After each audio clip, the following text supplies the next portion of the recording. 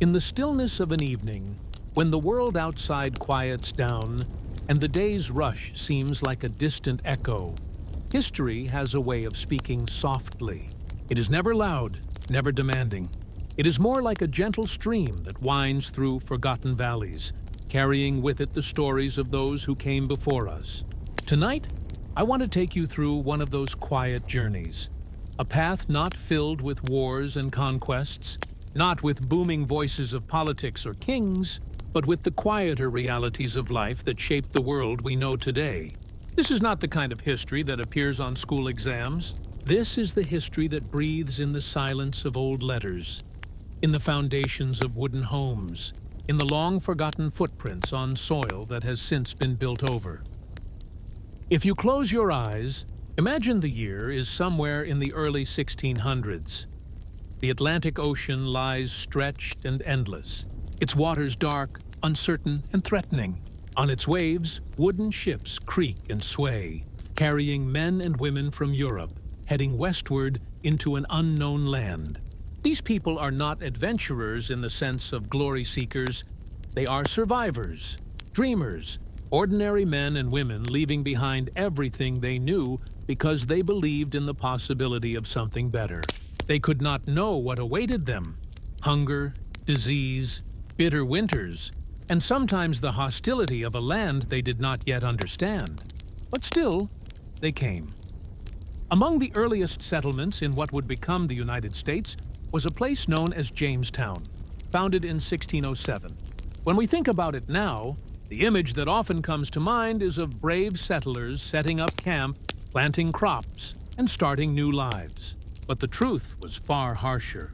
That small group of settlers, barely more than 100 at first, arrived in a land where nothing was prepared for them. The soil resisted their efforts. The winters bit deeper than they had expected, and food, the most essential thing, quickly became their greatest challenge. Many starved, many more fell ill. If you walked among them in those early months, you would not have seen courage etched clearly on their faces. You would have seen hunger, fear, and uncertainty. Yet somehow, they endured. The story of survival in Jamestown is not only about Europeans who arrived, but also about the people who were already there, the Powhatan tribes. Their world had existed long before ships crossed the Atlantic. They knew the rivers, the seasons, the forests. To them, this land was not new. It was home. Imagine the contrast. One group seeing endless possibility, the other group seeing strangers arrive who would disrupt everything they had known. For a time, the two groups exchanged knowledge: corn, beans, tobacco. These became lifelines for the newcomers. But as history so often teaches us, cooperation did not last. Suspicion grew and conflict followed. What is fascinating, when you step back and let the noise of conflict quiet down, is that in these first fragile years, a foundation was laid. A small settlement of weary settlers with failing crops and fragile hope somehow managed to keep going. They kept building, they kept planting, and though many died, some survived. That fragile beginning was enough for others to follow. And from it, the long, complicated story of what would become the United States began to take shape. Let's pause here and imagine life in those days, not as a textbook, but as a lived experience. Picture waking each morning with the sun, your breath visible in the cold air of winter, your stomach aching from hunger because the stores of grain are running low. Each creak of the wooden cabin around you is both comforting and worrying, because the walls feel too thin to hold back the world outside. You hear the sound of the river in the distance, and beyond that, forests that seem endless. Every sound in the night could be danger, or it could simply be the wilderness reminding you that you are far from the world you once knew. Life is fragile. The margin between survival and death is razor thin. Yet people keep trying. They keep planting seeds, building fires, and telling themselves that tomorrow will be better. And this is where history becomes more than facts. It becomes a reminder of what it means to endure. Because though the settlers of Jamestown may have been strangers to us, Their struggle was one we all recognize, the human will to keep moving forward, even when the future is uncertain. But Jamestown was not alone. Not long after, in 1620, another group set sail, the Pilgrims aboard the Mayflower. Their story has often been romanticized into a tale of thanksgiving and friendship.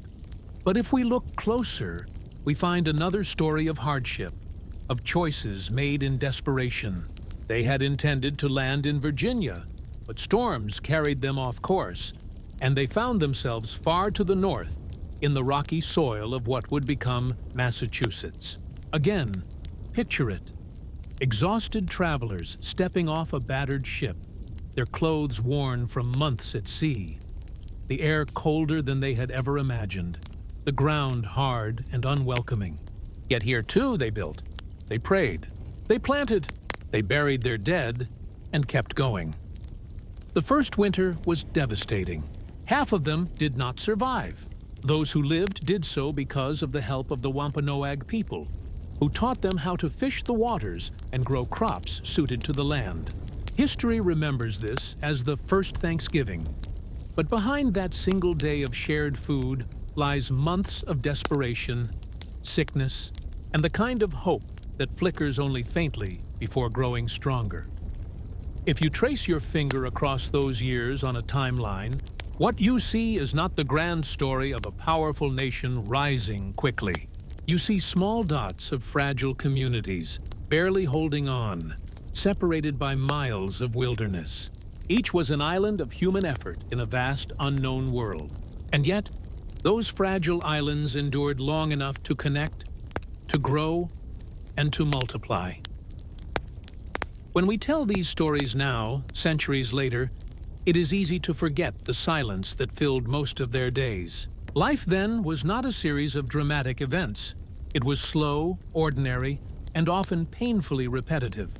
Cutting wood, carrying water, watching the fire so it did not die out in the night, hoping the seeds would sprout, nursing the sick, comforting the grieving, and somehow, all of those ordinary moments strung together into something extraordinary. The survival of communities that should not, by all odds, have survived. The beginning of America, then, was not the fireworks of revolution or the speeches of great men. It was the quiet, fragile determination of people who refused to give up, even when everything around them told them they should. And as the night deepens around us, as we let the calmness of this story settle in, we begin to understand. History is not only the grand events written in bold. Sometimes, history is the quiet endurance of ordinary people who believed in tomorrow. The story of America's beginnings does not stop at Jamestown or Plymouth. Those fragile seeds of settlement, planted in cold soil and watered with uncertainty, soon began to take root. What started as a scattering of wooden huts and weary souls along the Atlantic coast slowly grew into something more. Small towns, churches, farms, and communities that, without realizing it, were laying the groundwork for a nation. If you try to imagine the map of New England in the mid-1600s, it would not look like the busy clusters of cities we know today. It would look like pockets of life, little clearings carved out of endless forest, each settlement separated by miles of wilderness and silence. The settlers came for many reasons. Some sought freedom to worship in their own way, away from the strict rules of the Church of England. Others came simply because they dreamed of owning land, something impossible for many in crowded European towns. Land was the great promise of the New World, though in reality it was never empty. It had long been lived on, hunted, and cultivated by native peoples. Yet for the settlers, it appeared as opportunity. Life in these new towns was not easy. Imagine a small wooden meeting house at the center, its roof pitched steeply to keep away heavy snows. Around it stood a few narrow houses built of rough timber, smoke rising gently from stone chimneys. Beyond the houses stretched fields of corn and wheat, small patches of tilled soil surrounded by thick forest. The forest was both a blessing and a threat. It provided wood for houses and fires, But it also sheltered animals they feared and people they did not fully understand. At night, when the wind blew through the trees, the sound could feel endless. The rhythm of daily life was simple, but demanding. Families rose before the sun, tending to animals and fields, chopping wood, hauling water from nearby rivers or wells. Children helped where they could, feeding chickens, gathering herbs, spinning wool. Women managed the homes, often working from dawn until dark, preparing meals, making clothes, and caring for children. Men spent long hours in the fields or at workshops, building tools, mending fences, and struggling to grow enough food for the long winters. Leisure was rare, and every day was a balance between survival and faith. Faith was at the center of these early communities. In towns like Salem, Boston, and Plymouth, religion shaped daily life. On Sundays, the entire settlement gathered at the meeting house. The sermons were long, sometimes lasting several hours, delivered in plain wooden buildings without decoration. The message was often the same. Life was a test, hardship was a trial, and endurance was a sign of faith. For the settlers, every failure of crops, every illness, every harsh winter was a reminder that their lives were fragile and that their future depended on both their labor and their belief in God's guidance. But alongside this faith, there was also fear. These early towns were haunted by uncertainty. Disease could spread quickly in close quarters. A poor harvest could mean hunger by winter. Tensions with native tribes could erupt into violence, fueled by misunderstanding, broken agreements, or simple desperation. To live in a New England settlement was to live with the constant awareness that the world beyond the village fence was larger and more dangerous than anyone could fully control. And yet, despite this fear, communities grew. By the mid-1600s, ships carried more families across the Atlantic, filling towns with new voices, new hopes, and new challenges. Boston, founded in 1630, became one of the first centers of trade and learning. Here, the wooden docks bustled with fishermen bringing in their catch, traders loading barrels of salted cod, and merchants speaking in many tongues. The harbor smelled of tar, salt, and smoke, a reminder that even in these early years, America was already tied to the wider world. Goods flowed in from Europe, cloth, tools, books, while barrels of fish, timber, and furs traveled back across the ocean. Still, the heart of life was not in the ports, but in the homes and farms scattered across the countryside. If you were to walk through a settlement in the evening, you might hear the sound of a fiddle being played softly by the fire, or the low murmur of prayers before bed. You would smell bread baking, or stew simmering over a hearth. Life was not without joy. Weddings were celebrated with dances and songs. Harvests, when successful, brought moments of feasting. Children played simple games with stones and sticks, their laughter carrying across the fields. In these moments, the settlers must have felt that their sacrifices were worth it, that from the wilderness, a new home was truly being made. But history is never only about peace. In the late 1600s, New England also saw darker chapters. Fear and superstition sometimes overwhelmed reason. One of the most haunting examples was the Salem witch trials of 1692. In a small Puritan town, whispers and accusations spread like wildfire. Neighbors accused neighbors of witchcraft, claiming strange illnesses or bad harvests were caused by unseen forces. Dozens were arrested. Some were executed. It was a time when fear of the unknown, combined with rigid belief, tore communities apart. And yet, even this tragedy became part of the fabric of early America, a reminder that fear, when left unchecked, can destroy even the bonds of neighbors. Despite such shadows, the settlements endured and expanded. By the end of the 1600s, New England was no longer just a fragile scattering of huts. It was a growing network of towns connected by dirt roads and trade routes. Wooden bridges crossed rivers, fields stretched wider, small schools opened, teaching children to read, often so they could study the Bible. Harvard College, founded in 1636, stood as one of the earliest symbols that education mattered even in a harsh new world. These communities, still vulnerable, were slowly becoming permanent. And through all of this, the struggles, the fears, the small joys, history moved quietly forward. When we think about the United States today, it is easy to see skyscrapers, highways, and technology. But beneath all of that lies this beginning. Families rising before dawn to milk cows, neighbors gathering to raise the walls of a new house, children carrying buckets of water from a well. These simple acts of endurance were the foundation. If you close your eyes and let yourself drift into that world, you can almost hear it.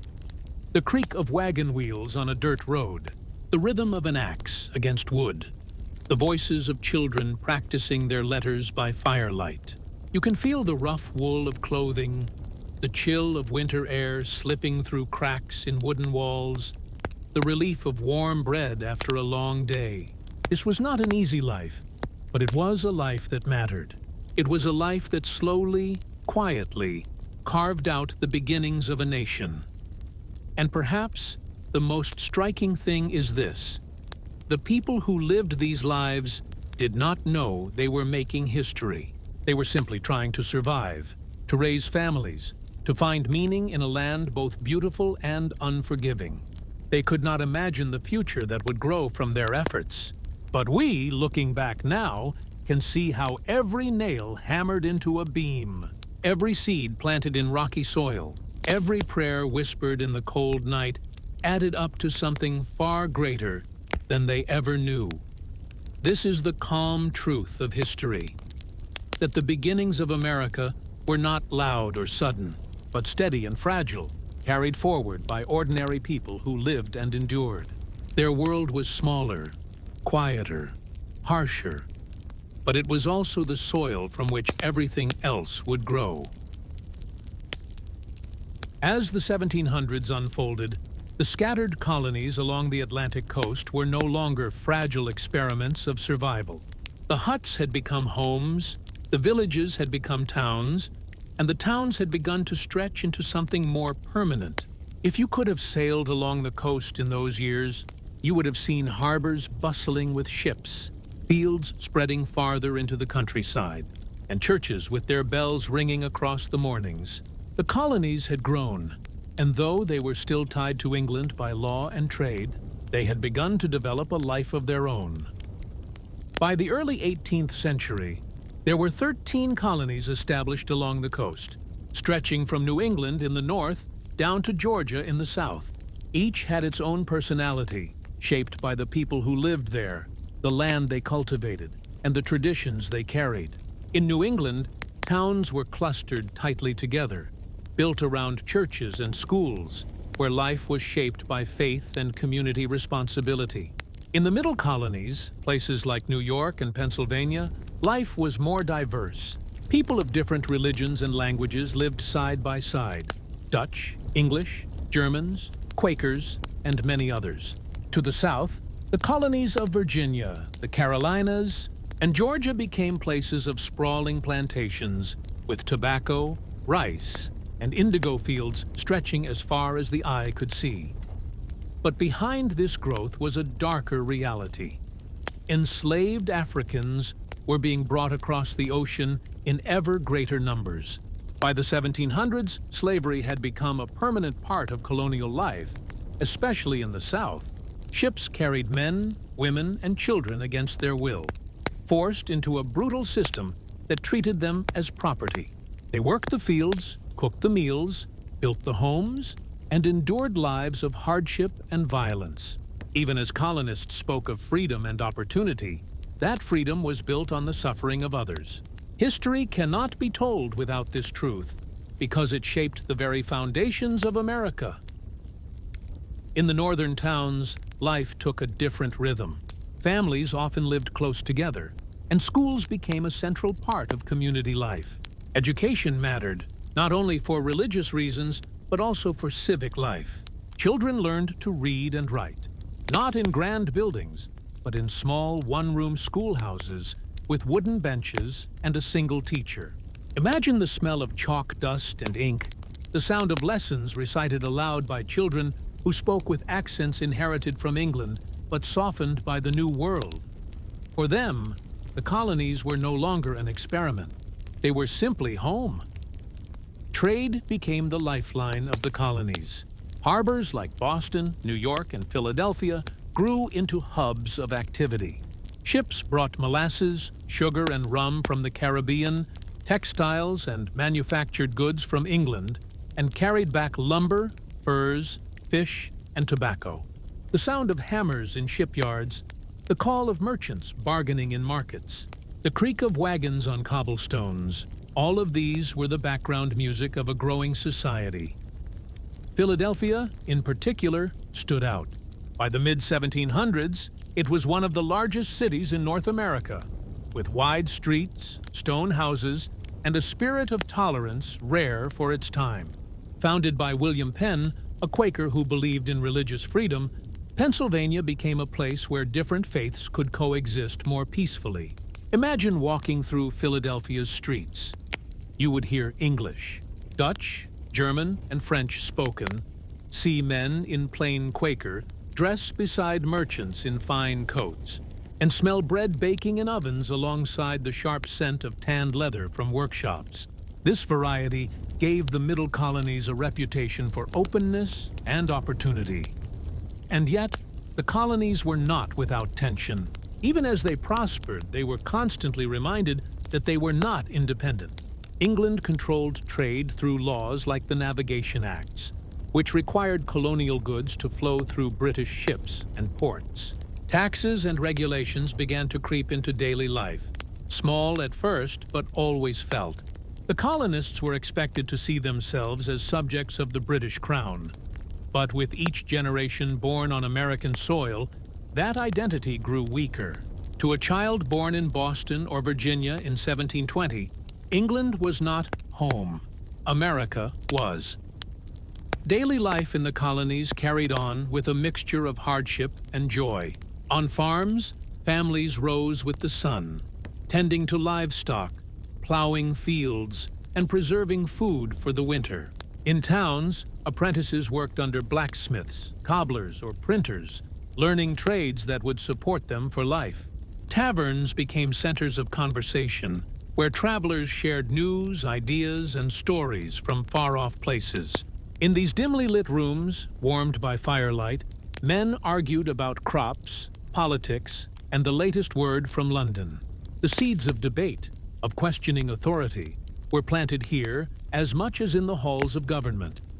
But for most people, life was quiet, steady, and centered around family and community. Weddings were celebrated with dances. Harvest festivals brought moments of cheer. And even in hardship, people found reasons to gather. Music, often played on fiddles and flutes, echoed through barns during celebrations. Stories, passed down by firelight, kept history alive for children who had never seen the old world their parents had left behind. By the mid-1700s, a new generation of colonists had grown up knowing only America. Their parents or grandparents might have crossed the ocean, but they themselves had tilled the soil, built the homes, and laid the roads. Their voices carried not the accents of England, but a blended rhythm shaped by the land they lived on. They began to see themselves as different, not fully English, not yet independent, but something in between. Conflict, however, was never far away. The colonies existed on land that was still home to countless native tribes. As settlers pushed westward, building farms and towns, clashes became more frequent. Treaties were made and broken. Wars erupted, some small, some large, as cultures collided and survival instincts flared. The most significant of these would come in the mid-1700s. The French and Indian War, part of a larger struggle between European empires. But long before the cannons fired, the tensions simmered quietly in the forests and along the frontiers. And still, daily life carried on. In Virginia, planters walked the rows of their tobacco fields, calculating profits and losses. In New England, Ministers preached to congregations about duty and morality. In the middle colonies, merchants drew up ledgers in careful script by candlelight, recording every barrel and crate that passed through their hands. History was not lived in grand speeches, but in the ordinary acts of people who woke each day to work, to struggle, and to hope. If you could step into that world for a single day, you might notice the mix of old and new. A farmer in Massachusetts might carry a Bible printed in London, but he read it by the light of a lantern made in Boston. A woman in Philadelphia might bake bread using wheat grown in Pennsylvania, but served it on a plate imported from England. A child in Virginia might wear homespun clothes, but dream of the stories told about London's grand streets. The colonies were both deeply tied to the Old World and slowly shaping a new one. This was America in the early 1700s, not yet independent, not yet powerful, but steadily becoming something distinct. 13 colonies, each with its own struggles, its own culture, its own rhythms of life, were quietly building the framework of a nation they did not yet know they were creating. And perhaps the calmest truth of all is this: the people living in those years were not rushing toward revolution or greatness. They were simply living, raising families, plowing fields, tending shops, gathering for worship, and telling stories by the fire. They did not know that history would remember them as the foundation of a country. They only knew that the sun rose, the work waited, and life had to be lived, one day at a time. By the middle of the 18th century, the 13 colonies along the Atlantic coast had matured into a complex living society. They were no longer fragile outposts struggling merely to survive winters and plant harvests. They were thriving in many ways: bustling ports, busy markets, thriving farms, and growing towns where generations had been born who had never seen the shores of England. Yet beneath this surface of growth, new challenges were stirring. Challenges that would eventually reshape the bond between the colonies and the British Crown. One of the greatest turning points of this era came with what is now remembered as the French and Indian War, fought from 1754 to 1763. To the colonists, it was another hardship in a line of many, but in reality, it was far more than that. It was the spark that began to change their relationship with Britain forever. At its heart, the war was about control. Control of land, trade, and power in North America.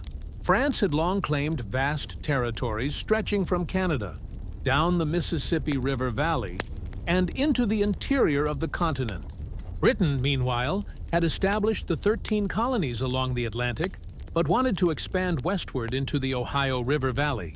For native tribes, these lands were home, and they were drawn, sometimes by choice, sometimes by necessity, into the rivalries of European empires. The result was a conflict fought not only on battlefields, but in forests, rivers, and villages scattered across the vast wilderness. Imagine being a colonist in those years. You are a farmer in Pennsylvania or a trader in Virginia. Rumors spread quickly. French forts rising in the west. Native allies of the French striking at frontier settlements. British soldiers marching through your towns. The war was not distant. It touched daily life, sometimes in terrifying ways. Families on the edges of settlement lived in constant fear of raids. Frontier cabins stood as fragile defenses against forces far beyond their control. For many colonists, this war was the first time they saw the scale of imperial power.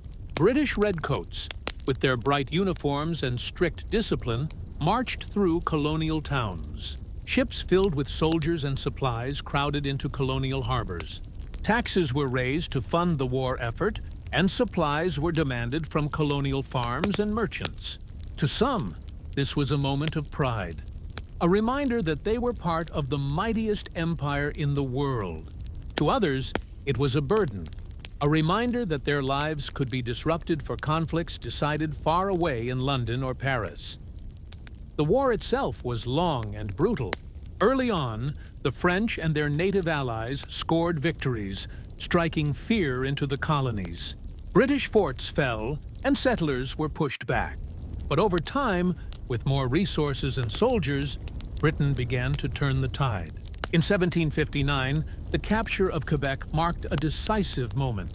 By 1763, the Treaty of Paris ended the war, leaving Britain in control of nearly all French territories in North America.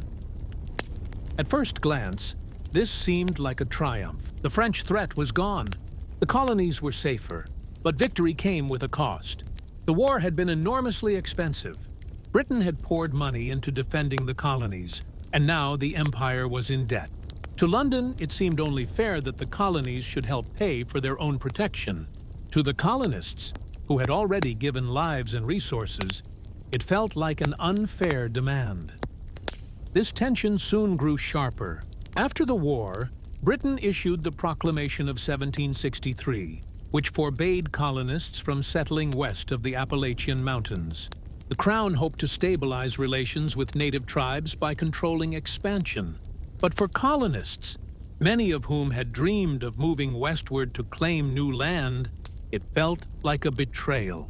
They had fought, sacrificed, and endured for the right to expand, only to be told they could not. Meanwhile, taxes began to appear in new forms. The Sugar Act, the Stamp Act, and other measures required colonists to pay directly to the Crown. To British officials, this was practical governance. To colonists, it was a shocking intrusion. They had long been used to a degree of independence, running their local assemblies and deciding many matters for themselves. Suddenly, London was reaching across the ocean, demanding not just loyalty, but money. Imagine the conversations in taverns and meeting houses during these years. Farmers, merchants, ministers, and sailors gathered by candlelight, their voices low but passionate. Words like liberty and rights began to appear more often. Pamphlets were passed from hand to hand, carrying arguments that ordinary people could understand. That taxation without representation was unfair, that the colonies were not children to be ordered about, that they had a voice and it deserved to be heard. Yet it is important to remember, the colonies of the 1760s were not yet calling for independence. Most still saw themselves as loyal subjects of the king. They sang songs about England, toasted the crown, and celebrated British victories. But in their hearts, something was shifting. The war had shown them their own strength, the militias they raised, the communities they defended, and the restrictions that followed had shown them their own vulnerability, the limits of their freedom under imperial rule. Daily life during this time was a strange mixture of normalcy and growing unrest. Children still played in village streets, women still baked bread and spun cloth, men still tilled fields and hammered iron in workshops. Ships still came and went, markets still bustled, weddings were still celebrated. But woven into these ordinary rhythms was a new kind of unease. Every new tax notice, every British soldier stationed in a town, every rumor of further restrictions was like a small stone dropped into water, sending ripples outward. For enslaved people in the South, and for free black communities in the North, these debates about liberty and rights carried an even sharper irony. They heard white colonists speak passionately about freedom from British control, even as many of those same colonists held others in chains. This contradiction would remain unresolved for generations, but even then, whispers of it echoed quietly in sermons, in letters, in the hopes of those who dreamed of true liberty.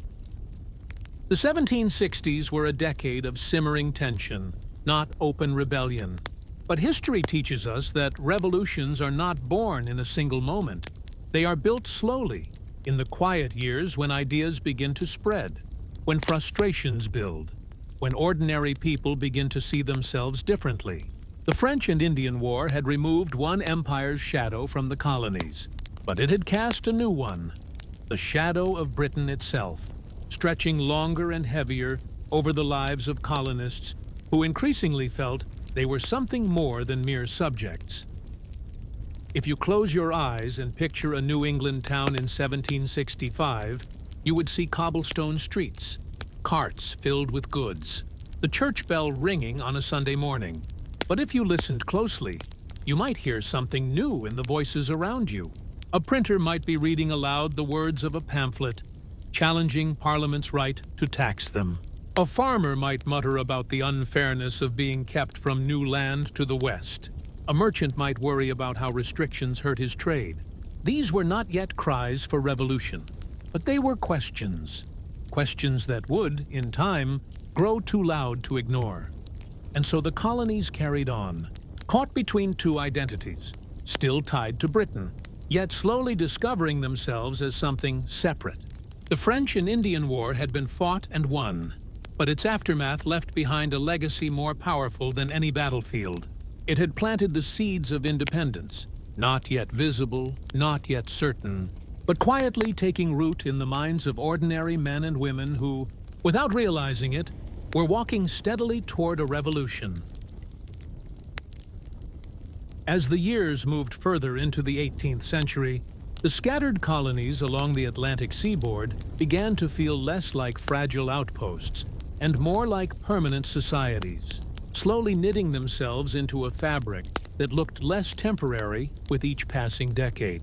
Small villages had grown into towns, and some towns were beginning to resemble cities with crowded wharves, busy marketplaces, and the hum of workshops that never seemed to rest. Life still remained simple compared to what lay across the ocean in London, Paris, or Amsterdam, but it was no longer just survival.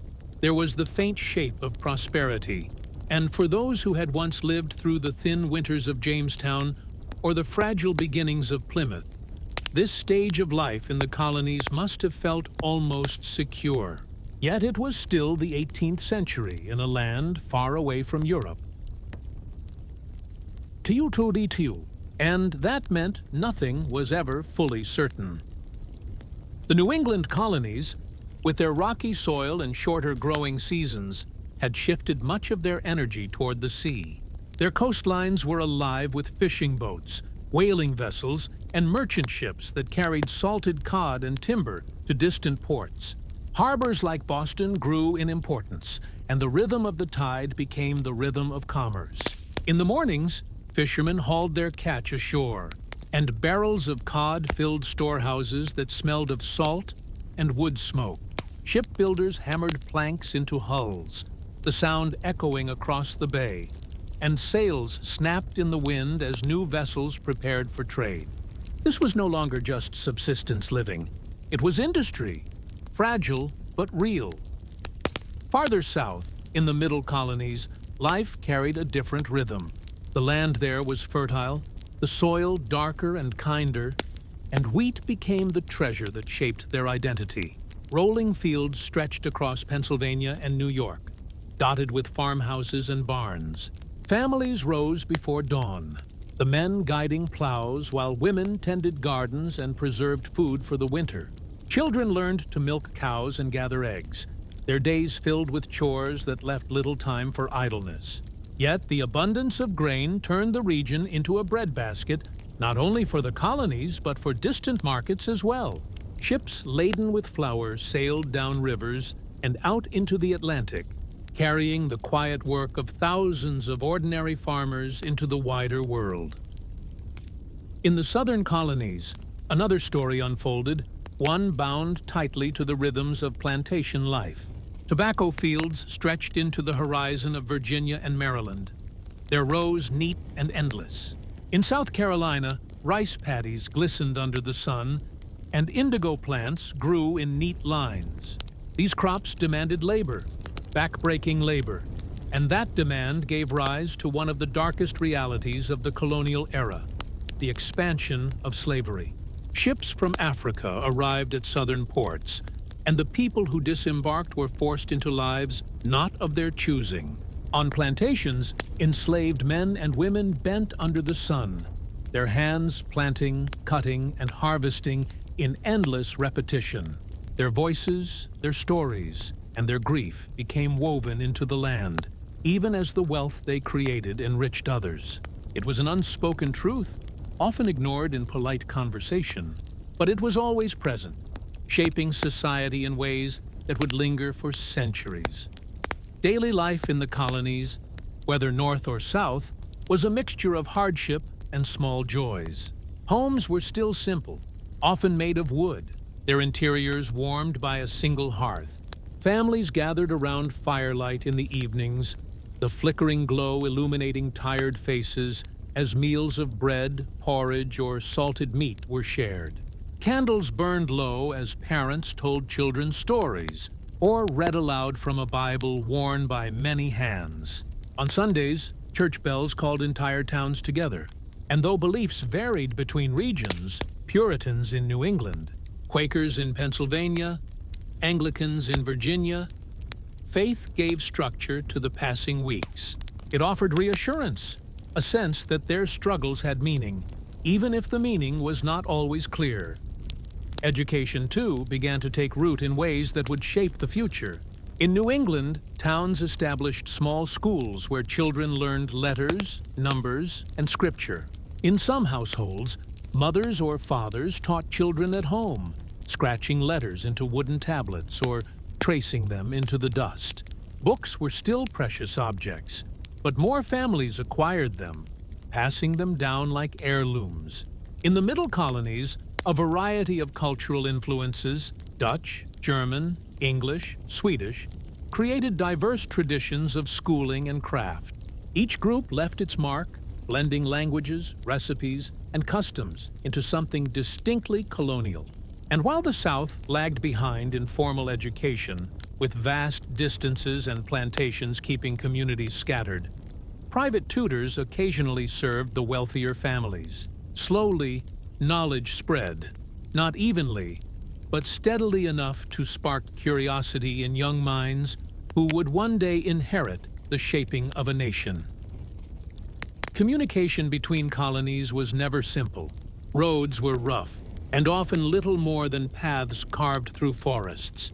Travelers on horseback or in wagons jolted along, enduring mud in the spring and dust in the summer. A letter sent from Boston to Charleston might take weeks, sometimes months, to arrive. News was often old by the time it reached distant ears, yet word still traveled. Pamphlets, sermons, and tavern conversations became the threads of a collective awareness. And though the colonies were different in climate, culture, and economy, they were gradually tied together by shared experience. Taverns, in particular, became important gathering places. By day, they served as inns for weary travelers.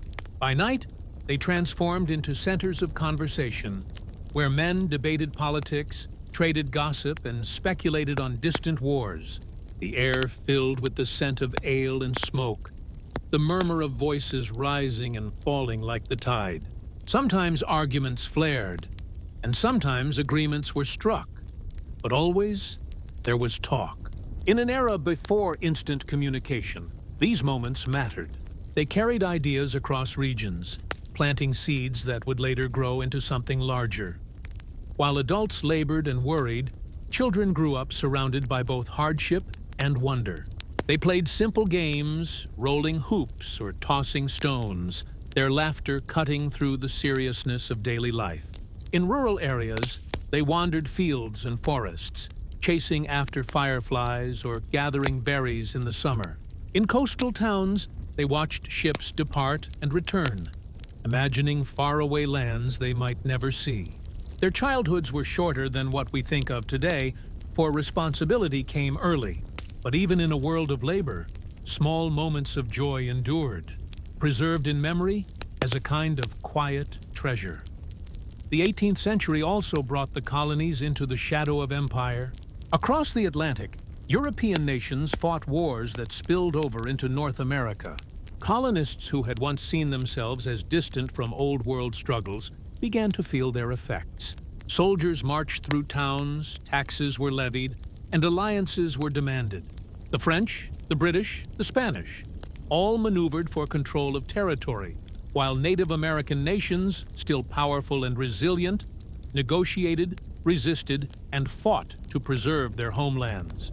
For ordinary settlers, these conflicts often meant disruption. Crops trampled, homes abandoned, lives uprooted. Yet history has a way of pressing ordinary people into larger stories, whether they wish it or not. And so, as the 1700s unfolded, the colonies stood at a threshold. They were not yet the United States, not yet a unified identity. They were still English, Dutch, German, African, Irish, and more, bound together loosely by geography and necessity. Their lives were filled with labor and uncertainty, but also with a steady growth, a quiet resilience that made survival not only possible but sustainable. When they looked ahead, they could not see what was coming, nor did they imagine the sweeping changes that lay just decades away. They were simply living, building homes, raising children, working fields, crafting ships, worshiping on Sundays, and finding meaning in small, everyday acts. And in that quiet persistence, the foundation of something far greater was laid, though none of them could yet name it. The middle of the 18th century carried with it a sense of slow momentum, as though the colonies were walking forward without quite knowing where the path might lead. Families were planting crops, building homes, and trying to hold their lives steady. But history has a way of arriving uninvited. In 1754, the colonies found themselves pulled into a conflict that was not of their own making. A conflict born in Europe, but played out in the forests and rivers of North America. It would be known as the French and Indian War, part of the larger struggle between Britain and France, two empires locked in a contest for land, resources, and influence. For the people who lived in the colonies, this war was not a distant affair. It was fought in their fields, across their hunting grounds, and along the same rivers that had carried their trade. To understand how it began, one has to imagine the geography of North America at the time. Britain held its 13 colonies stretched along the Atlantic coast, while France laid claim to the vast interior, a web of forts and trading posts reaching from Canada down the Mississippi River to Louisiana. In between were Native American nations, still powerful and still navigating the shifting balance of European rivalry. For the French, alliances with native peoples were essential. Traders from Quebec or Montreal carried furs and gifts into the wilderness, forging bonds with the Huron, the Algonquin, and many others. The British, pushing steadily westward, came into contact and conflict with tribes like the Shawnee, Delaware, and especially the Iroquois, whose league had long commanded respect. In the Ohio River Valley, fertile and promising, these competing interests clashed. French soldiers built forts to secure their claims. British settlers, encouraged by land companies and hungry for new farmland, began moving into the same territory. Native communities, caught in the middle, chose sides carefully, weighing promises and threats. In this tinderbox, the spark came when a young British officer named George Washington, unknown then but destined for future fame, led an expedition to challenge French positions. His skirmish with a small French force in 1754, clumsy and uncertain, set in motion a war that neither side had fully prepared for. The war quickly spread, and for ordinary colonists, its arrival meant sudden disruption. Farmers abandoned fields as rumors of raids swept through frontier towns. Families huddled in wooden forts hastily built for protection, listening to the night for sounds of movement in the dark forests beyond. Soldiers marched through villages, red coats bright against the green wilderness, their muskets gleaming in the sun. For many, it was the first time they had seen the full machinery of empire. Disciplined ranks, booming cannons, and the relentless orders of officers who spoke in accents from across the sea. The fighting itself was unlike the wars of Europe.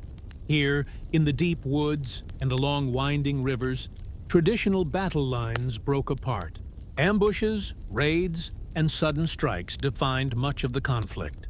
Native warriors, skilled in moving silently through forests, struck settlements and forts with terrifying precision. Colonists lived in constant tension, their days filled with work, but their nights haunted by fear. A man might rise before dawn to cut hay in a field, scanning the tree line as he swung his scythe, never quite certain if he would return home at dusk.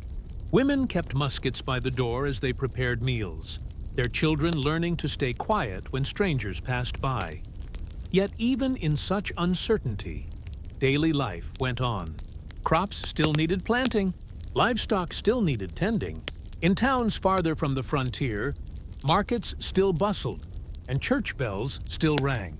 But the shadow of war stretched long, reminding everyone that their world was no longer just local. What happened hundreds of miles away in the Ohio Valley or at a distant fort could ripple back into their lives in ways they had never imagined. The British military presence grew heavier as the war dragged on. Regular troops, professional soldiers from England, looked down on colonial militias, often dismissing them as undisciplined and untrained. Colonists, for their part, resented the arrogance of officers who did not understand the land or the hardships of frontier life. They fought together, but uneasily, and in the spaces between battles, these tensions whispered of future conflicts yet to come. Still, many colonists volunteered, driven by loyalty to the crown or simply by the hope of protecting their homes.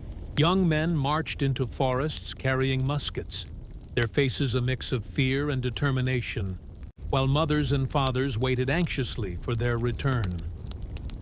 The war was not only about territory, it was about survival for native nations as well. For years, they had maneuvered between French and British interests, trying to preserve their own lands and autonomy. Some allied with the French, trusting the promises of traders who came bearing gifts and goodwill. Others sided with the British, calculating that their growing numbers made them the stronger force. Still others tried to remain neutral, only to be drawn in by necessity. Their choices were not made lightly, for every decision carried consequences that would echo for generations. When villages were burned or allies betrayed, the wounds cut deep. To many native communities, the war was not simply a European struggle.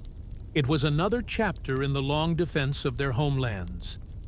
The conflict stretched on for years, consuming lives and resources. Battles raged at Fort Duquesne, Fort Ticonderoga, and along the St. Lawrence River. Rivers that had once carried trade now carried armies. The air filled with smoke, gunpowder, and the cries of men locked in desperate struggle. Colonists read accounts of victories and defeats in pamphlets, listening as ministers wove the news into sermons about God's will and the fate of their communities. Every piece of news was personal. A cousin missing in the militia, a neighbor's son killed in a skirmish, a family forced to abandon their farm. By 1763, the war drew to its conclusion with the Treaty of Paris. Britain emerged victorious, gaining vast territories once held by France, including Canada, and lands east of the Mississippi River. To many colonists, it seemed like the dawn of a new era. The French threat had been removed, and with it, the constant fear of invasion from the north and west. Yet the victory brought its own complications. With France gone, native nations found themselves more directly in conflict with British settlers pushing ever westward. The fragile balance of power had been shattered, and in the years to come, new uprisings and new struggles would emerge. For the colonists, too, the end of the war was not the end of their difficulties. Britain, burdened by the enormous cost of the conflict, turned to the colonies for revenue. Taxes, regulations, and restrictions soon followed, laying the groundwork for the discontent that would eventually lead to revolution. But in 1763, standing at the edge of peace, most colonists could not yet see what lay ahead.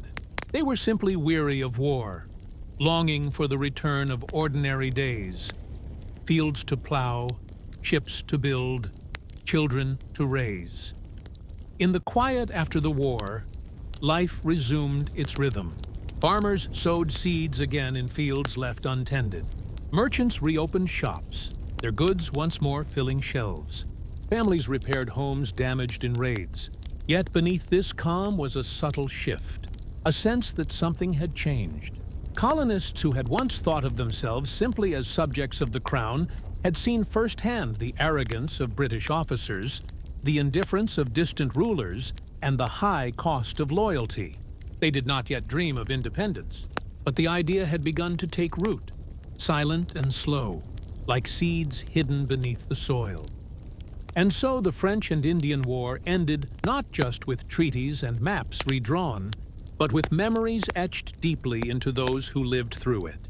Memories of fear, of hardship, of courage, and of loss. Memories that would shape how they saw themselves in the years to come. For history does not announce its turning points as they happen. It whispers them into the lives of ordinary people, who only later realize that everything has quietly begun to change. The war had ended, but peace in the colonies did not arrive in the way people had hoped. In 1763, with the Treaty of Paris signed, Britain stood triumphant. The French threat was gone. Canada now bore the Union Jack, and vast lands stretching to the Mississippi seemed open for British settlers. Colonists looked westward with hungry eyes, imagining fertile farms and fresh starts for their children. Yet almost immediately, reality proved harsher than dreams. Britain's victory had come at an enormous price, and those costs would ripple across the Atlantic, altering the relationship between the colonies and their mother country in ways that few could yet understand. The first signs of change came in the form of restrictions. The Proclamation of 1763 declared that colonists could not settle beyond the Appalachian Mountains. For families who had already packed wagons and prepared to move west, the announcement felt like a betrayal. They had fought and bled during the French and Indian War, endured the loss of kin and the ruin of farms, only to be told that the rich lands of the Ohio Valley were forbidden to them. Britain claimed the restriction was meant to prevent further conflict with native nations, who were understandably angered by the encroachment on their lands. To many colonists, however, it felt like control, an invisible line drawn across the wilderness, cutting short their hopes for expansion. At the same time, British officials in London confronted a staggering reality. The war had left the empire deeply in debt, and maintaining garrisons in North America to secure the newly won territory added to the financial strain. Parliament, looking across the ocean at colonies they believed were prospering, decided that the burden of empire should be shared.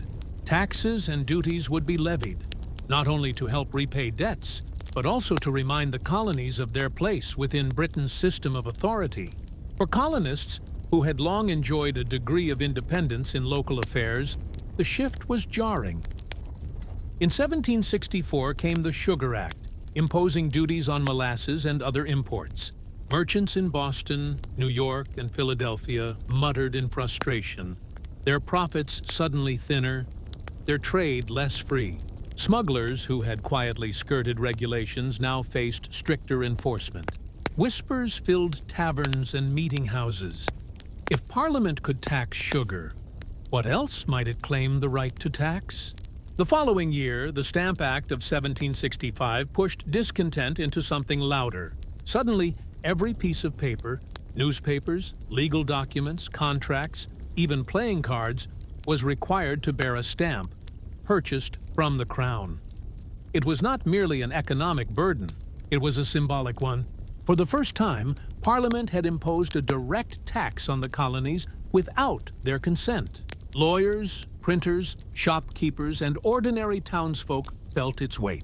Newspapers published angry essays, arguing that freeborn Englishmen should not be taxed without representation in the government that taxed them. The phrase began to circulate like wildfire. No taxation without representation. Across the colonies, protests erupted. In Boston, effigies of tax collectors were hung and burned. Crowds gathered in the streets, shouting against the injustice, their voices carrying far into the night. In Virginia, the House of Burgesses passed resolutions declaring that only their own assembly had the right to tax Virginians.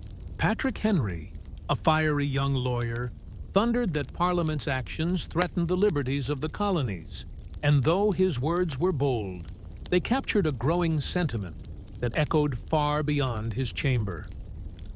Ordinary people felt the unrest in their daily lives. A printer in Philadelphia might hesitate before running a newspaper, the cost of stamps eating away at his livelihood. A farmer in New England, listening to talk in the local tavern, might wonder whether his modest life was now entangled with the ambitions of distant kings and ministers. A merchant in New York might find himself caught between obeying the law and joining neighbors in boycotting British goods. These were not abstract debates for them. They were decisions about survival, loyalty, and identity.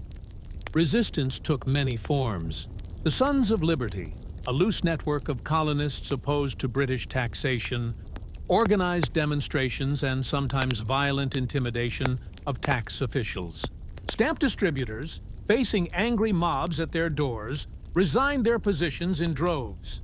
In towns and villages, ordinary men and women began to make do without imported British goods, wearing homespun cloth and finding pride in self-reliance. The act of drinking tea, or refusing it, took on new meaning, each cup a quiet act of loyalty or defiance. Though protests were sometimes chaotic, they were also remarkably organized. Colonial assemblies sent petitions to London declaring their loyalty to the Crown while firmly rejecting Parliament's right to tax them. In 1765, representatives from 9 colonies met in New York at what became known as the Stamp Act Congress, a rare moment of unity across regions that often saw themselves as very different. They argued not for rebellion, not yet, but for recognition of rights they believed they already held as English subjects. It was a cautious but significant step, one that revealed how common grievances could draw the colonies together. Britain, surprised by the depth of resistance, repealed the Stamp Act in 1766. Church bells rang, crowds cheered, and bonfires burned in celebration. For a moment it seemed as though the colonies had won. Yet the repeal was accompanied by the Declaratory Act, which quietly asserted that Parliament retained the full right to legislate for the colonies in all cases whatsoever. Few paid attention to its wording at the time, but in hindsight, it was a warning of struggles yet to come. Relief was short-lived. Within a year, new taxes arrived in the form of the Townshend Acts, placing duties on glass, paper, paint, and tea. Colonists, who had only just tasted victory, found themselves again pressed by regulations. Boycotts flared once more. Women gathered to spin their own cloth rather than purchase British textiles, and merchants pledged not to import certain goods. Newspapers carried biting satire and serious argument, weaving a growing sense of defiance into the fabric of daily life. For ordinary families, the unrest was both distant and close. A farmer in Maryland might still rise at dawn, tend his fields, and gather with neighbors on Sundays without seeing a single soldier. Yet, when he purchased a newspaper or a spool of thread, he felt the tension in the price and the talk that surrounded it. A dock worker in Boston, unloading cargo, might hear debates between sailors about boycotts and loyalty.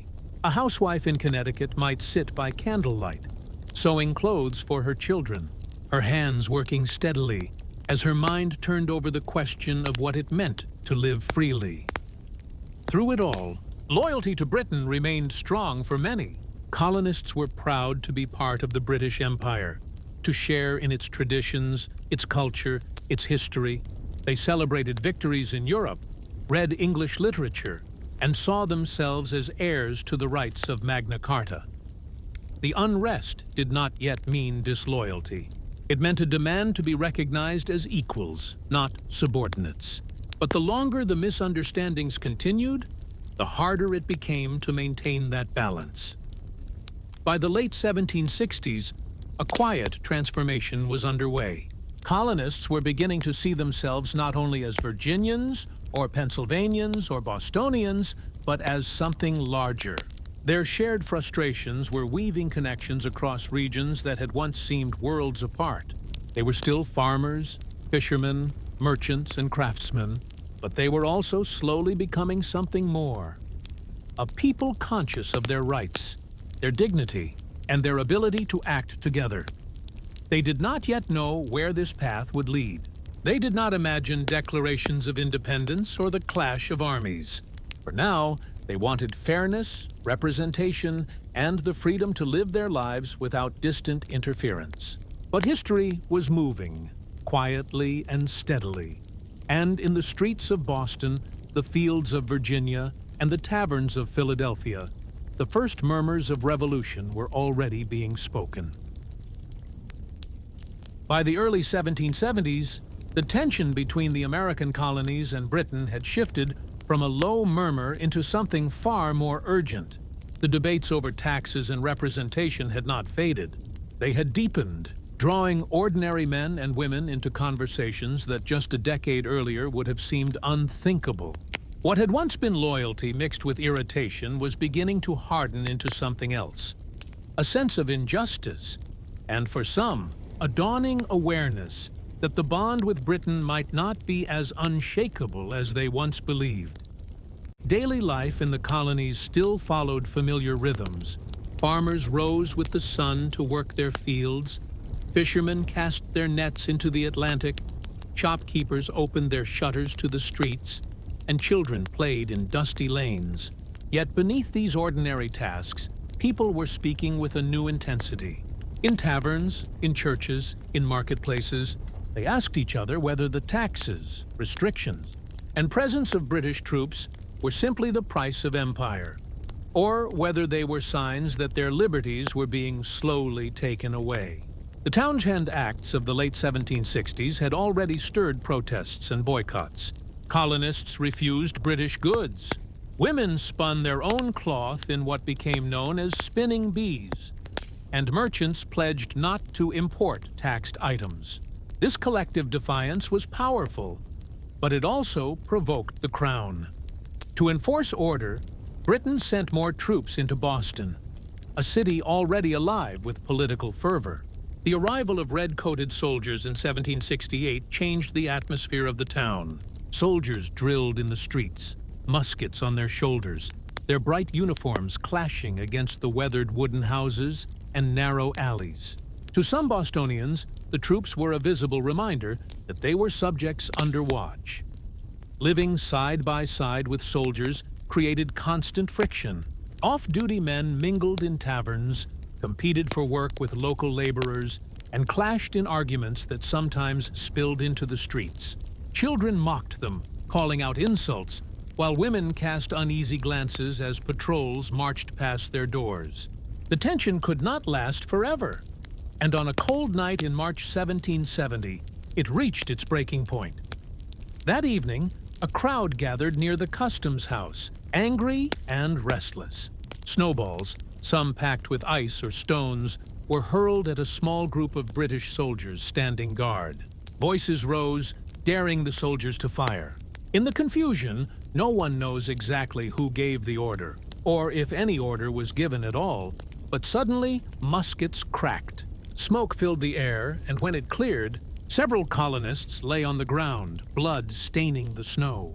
Among the dead was Crispus Attucks, a man of African and native descent, remembered as the first to fall. News of what came to be called the Boston Massacre spread quickly. In taverns and meeting houses, it was told and retold, each version sharper than the last. Pamphlets painted the event as a brutal slaughter of innocent men, though others argued it had been a chaotic clash fueled by anger on both sides. In court, John Adams, a respected lawyer, defended the soldiers, insisting that justice required fairness even for those seen as enemies. His defense saved most of them from harsh punishment, but the memory of the night remained. For many colonists, the sight of British muskets turned on their neighbors was a wound that would not heal. The years that followed did not ease the strain. Though some taxes were repealed, Parliament kept a duty on tea as a symbol of its right to govern the colonies. For Britain, it was a matter of principle. For the colonists, it was a constant reminder of subordination. Tea was not just a drink, it was a part of daily life. Families sipped it by candlelight, merchants sold it by the chest, and women brewed it in kitchens from New England to the Carolinas. To tax such a staple was to intrude into every home.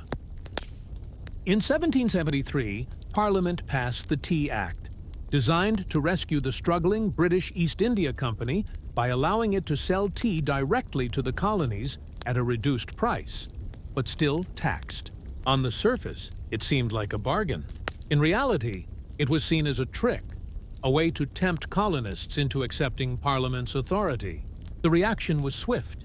In towns across the colonies, meetings were held. Some ports refused to allow tea ships to unload, their harbors filled with vessels that became symbols of defiance. In Boston, the standoff reached its dramatic climax. On a cold December night in 1773, a group of men disguised as Mohawk Indians boarded ships anchored in the harbor.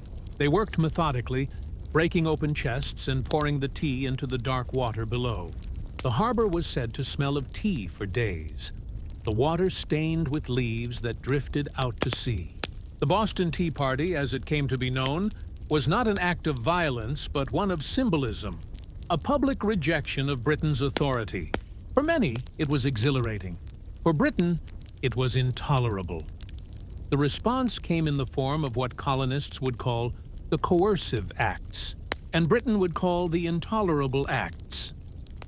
Passed in 1774, they were meant to punish Massachusetts and reassert control. The port of Boston was closed until the destroyed tea was paid for, choking the city's trade. Town meetings were restricted, colonial assemblies weakened, and more soldiers were quartered among the population. To the people of Massachusetts, it felt like collective punishment. To other colonies, it was a warning of what might happen to them if they, too, defied London. What surprised Britain, and perhaps even the colonists themselves, was the way the punishment of Massachusetts inspired solidarity rather than submission. Food and supplies poured into Boston from other colonies, carried by wagon and ship. Towns hundreds of miles away held meetings, passed resolutions, and pledged support. For the first time, the struggles of one colony were seen as the struggles of all. In 1774, delegates from 12 colonies gathered in Philadelphia for the First Continental Congress. Men who had never met before sat in the same room, debating, arguing, and searching for common ground.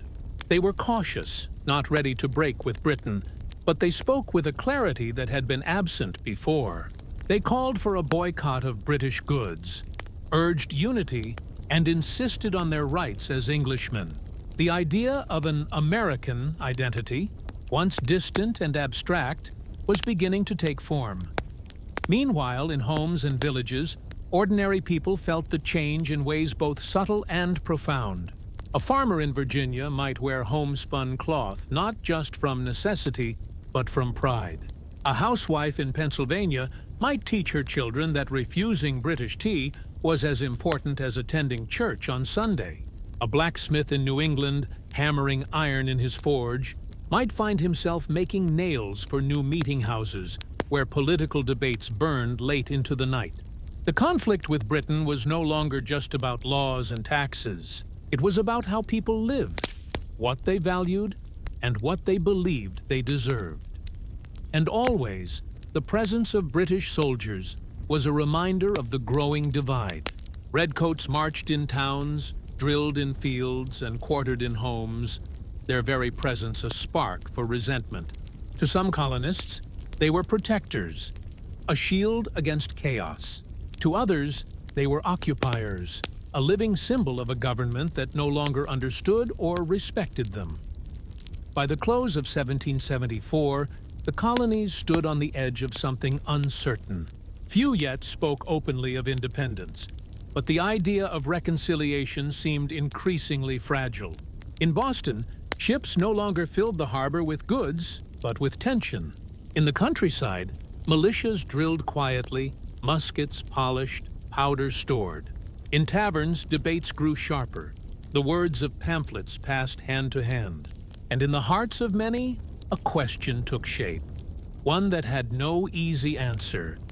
If Britain would not recognize their rights, what choice remained? The colonies were still bound to the empire, but the rope was fraying. What had begun with taxes and protests had grown into a struggle over identity, liberty, and the meaning of loyalty. The stage was set, though few could see how soon it would unfold into open conflict. For now, there was silence before the storm, a silence filled with restless energy. Families still worked their fields, ships still sailed the Atlantic, bells still rang on Sundays, but beneath it all, the sound of history gathering force could almost be heard, waiting for the moment when everything would break. By the opening months of 1775, the colonies stood balanced on a knife's edge. The events of the past decade, the taxes, the protests, the massacre in Boston, the Tea Party, the harsh punishments had driven a wedge so deep between Britain and its American colonies that even cautious voices could not deny how fragile reconciliation had become. In taverns, in farmhouses, in meeting halls, people spoke more openly now. Was it truly possible to remain subjects of a king who seemed deaf to their petitions? Or was the time approaching when they would need to take up arms, not merely words? The British government had made its intentions clear through the Intolerable Acts. They sought to isolate Massachusetts, to make an example of Boston so that other colonies would hesitate before challenging authority. Instead, the opposite had occurred. Colonies that had once acted alone now reached out to each other. Aid flowed into Boston from as far as South Carolina. Farmers sent food, merchants shipped supplies, and committees of correspondence spread news quickly, binding distant communities into something resembling unity. In Philadelphia, the First Continental Congress had already planted the seeds of coordinated resistance. Delegates had called for a boycott of British goods and had urged colonies to prepare themselves, though not yet for open war. Still, whispers of armed conflict had begun to circulate. Across New England, men gathered in fields and barns to drill with muskets. They were called Minutemen, ordinary farmers and tradesmen who pledged to be ready at a moment's notice. The sight of them practicing maneuvers in village greens, their muskets glinting in the sun, was both a warning and a promise. The colonies would not submit quietly. For General Thomas Gage, the British commander in Boston, the situation was intolerable. He had thousands of troops under his command, yet they seemed penned in by the hostility of the population surrounding them. Outside the city, militias stockpiled weapons and powder in hidden barns, in cellars, and in small towns like Concord, just a day's march inland. Gage received orders from London to act decisively. Disarm the colonists, arrest their leaders if necessary, and restore order. The night of April 18, 1775, was clear and cool. British regulars prepared to march out of Boston, their mission secret, but their presence hard to disguise. Across the water, riders waited, watching for signals. In the Old North Church, lanterns glowed briefly. 2 lights, the signal agreed upon by patriots. The British were moving by sea. Horsemen leapt into their saddles and galloped into the countryside, crying out warnings. "The regulars are coming out!" One rider, Paul Revere, became famous in memory. Though many others carried the alarm that night, their hooves striking sparks on cobblestone and dirt roads as they spread the word. Farmers awoke from sleep, lit lanterns, and reached for muskets that had hung above fireplaces for years. In Lexington, a small band of Minutemen gathered on the village green in the pre-dawn darkness, their breath visible in the cold air. They were not professional soldiers. They were fathers, sons, neighbors, men who had never thought themselves warriors. Yet they stood waiting, uncertain but resolved, when the red-coated soldiers approached. What happened next has been debated ever since. A shot rang out. No one knows from which side. In the chaos, The British fired a volley, and when the smoke cleared, several colonists lay dead or wounded. The British pushed on toward Concord, but the countryside was no longer silent. Bells tolled in distant villages, muskets cracked from behind stone walls and trees, and militias swarmed the roads. At Concord's North Bridge, colonists met the British with fire of their own, driving them back in confusion. As the Redcoats retreated toward Boston, the road became a gauntlet. Farmers and shopkeepers firing from behind fences and hedges turned the retreat into a running battle. By the time the exhausted British reached the safety of the city, hundreds had been killed or wounded on both sides. The shot heard round the world, as poets would later call it, had been fired. The war that so many had feared, and others had anticipated, was no longer a distant possibility.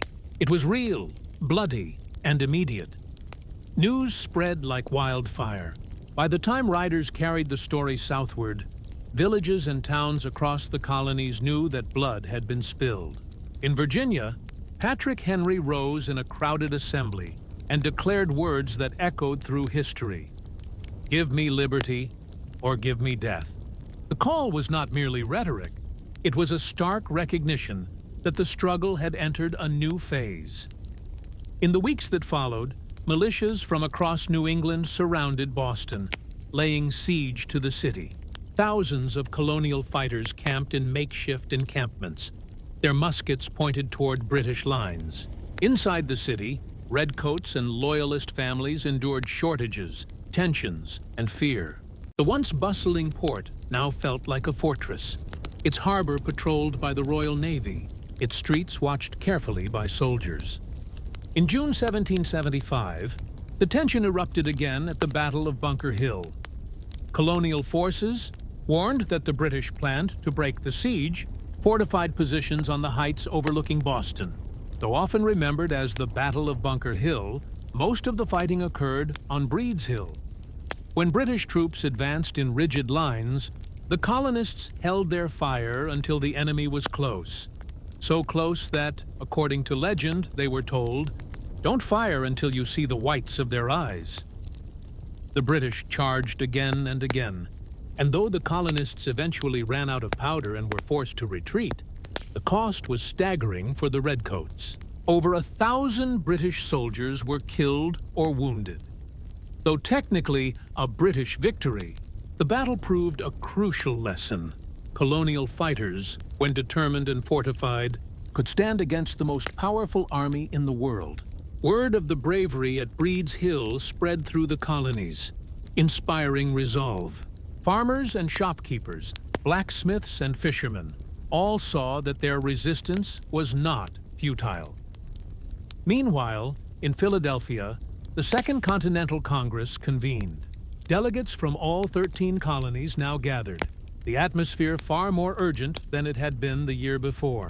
They faced impossible questions. Should they reconcile, or should they prepare for a wider war?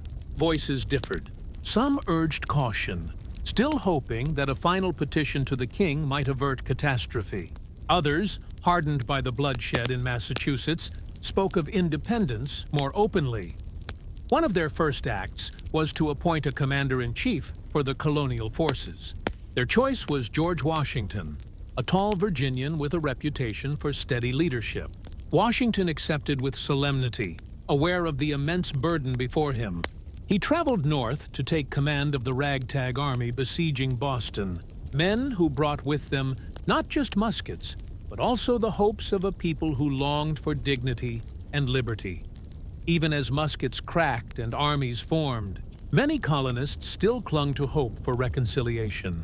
Congress sent the Olive Branch petition to King George III in a final attempt to declare loyalty while asking for redress of grievances. The king's response, however, was swift and dismissive. He refused to even receive the petition and instead declared the colonies in open rebellion. For many Americans, that rejection closed the door on compromise.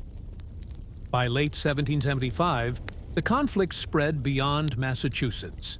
Skirmishes erupted in Virginia, the Carolinas, and New York. In Quebec, colonial forces attempted an invasion of Canada, hoping to rally French-speaking settlers to their cause, though the campaign faltered. Still, the determination grew. Pamphlets circulated, none more influential than Thomas Paine's Common Sense, published in early 1776.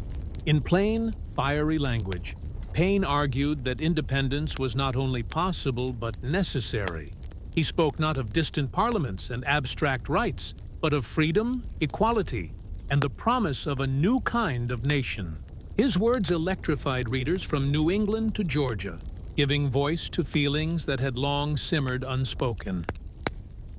By the spring of 1776, the colonies were no longer merely resisting British authority. They were imagining a world without it. The conversations in homes and meeting houses shifted from whether they should fight to how they would live once free. Men debated governments and rights. Women considered what liberty might mean for their families, and enslaved people listened carefully, wondering if the talk of freedom might one day reach them as well. The path to independence was not yet declared, but the momentum was unstoppable. The musket fire at Lexington and Concord had begun something larger than anyone could have imagined. Each skirmish, each act of defiance, each fiery speech pushed the colonies further from the empire that had once been their home. The bonds of loyalty had frayed too far to be mended. As the summer of 1776 approached, Congress would gather again in Philadelphia, not to plead for reconciliation, but to declare something unthinkable just a few years before: that the colonies were no longer colonies at all, but states united in pursuit of independence. The question was no longer if they would, but how and when. The war for liberty had begun, and though its outcome was uncertain, one truth was clear. The American Revolution was no longer a dream whispered in taverns. It was alive, burning in the hearts of farmers, merchants, artisans, and leaders alike. A fire that would reshape not only their lives, but the world itself. By the summer of 1776, the momentum for independence had become undeniable. The Second Continental Congress convened in Philadelphia with a renewed sense of purpose. What had started as petitions, boycotts, and armed skirmishes had transformed into something far more profound. A movement that would permanently alter the map, the politics, and the identity of the 13 colonies. Delegates from every region sat together, their expressions a mixture of determination, anxiety, and hope. Every man understood the stakes. To declare independence was to commit not only their personal reputations, but also the lives and livelihoods of countless ordinary people to an uncertain future. Philadelphia was alive with tension and anticipation. Streets that normally carried merchants and wagons now thrummed with political discussion. Citizens lined the sidewalks outside Congress halls, listening to whispers and debates carried through open windows. Paper circulated constantly. Pamphlets, letters, essays, each offering arguments for or against the bold step being considered. Even families in quieter towns far from the city followed the news eagerly, discussing it at hearths and dinner tables. The question on everyone's lips was the same: could they truly break away from the empire that had ruled them for more than a century? Thomas Jefferson, a young Virginian, had been tasked with drafting a formal statement of the colony's intentions. For weeks, he labored over every word, conscious that these sentences would not merely explain grievances, they would define a nation. Jefferson wrote of natural rights, of liberty and equality, of the unalienable rights of life, freedom, and the pursuit of happiness.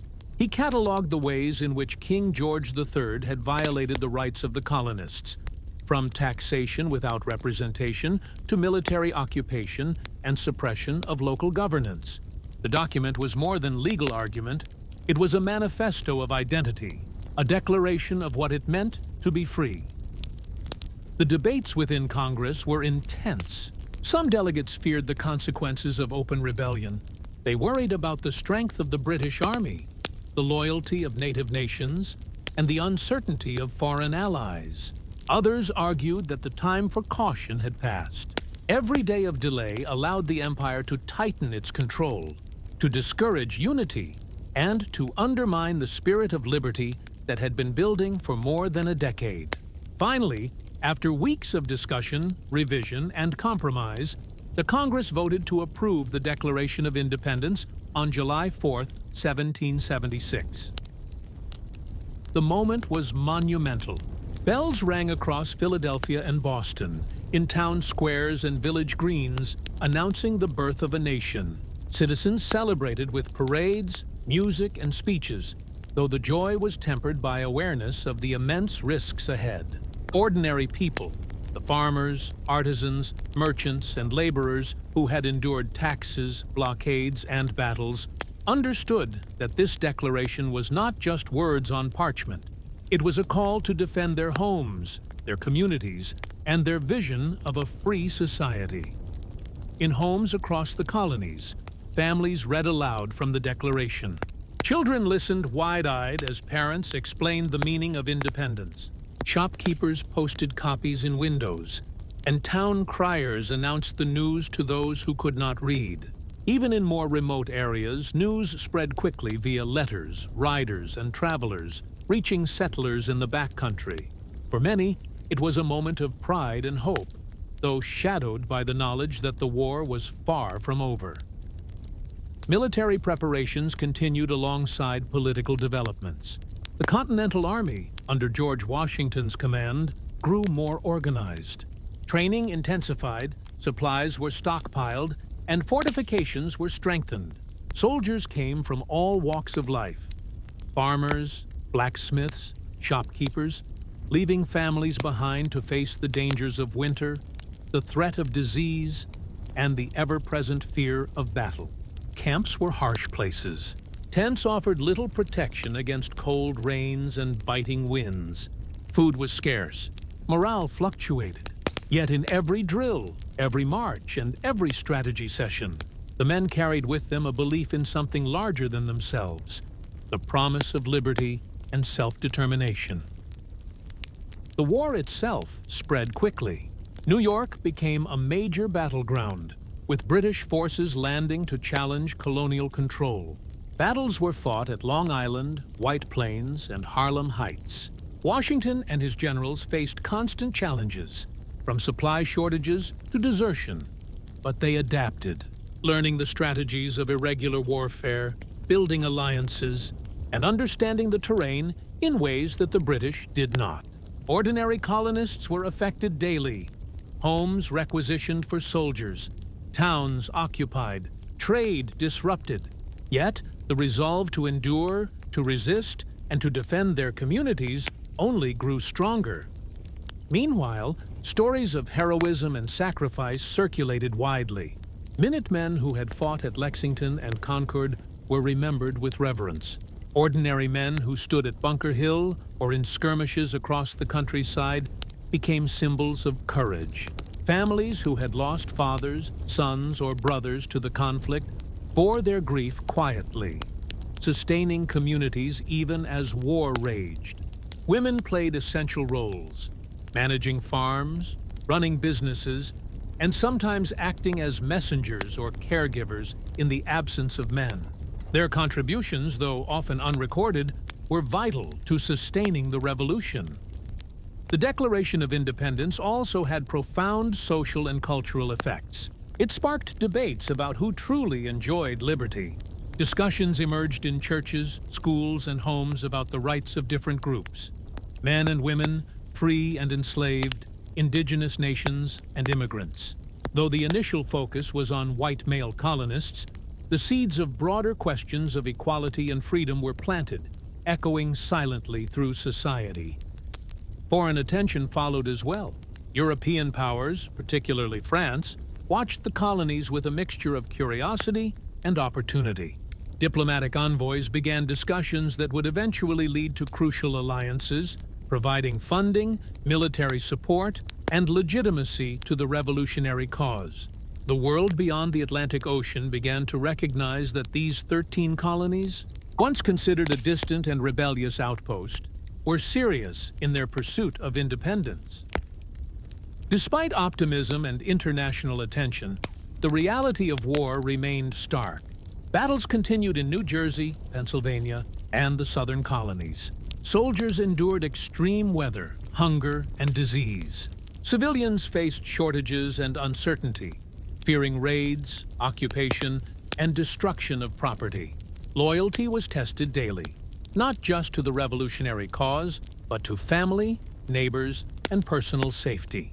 Every day required courage, resilience, and the willingness to confront the unknown.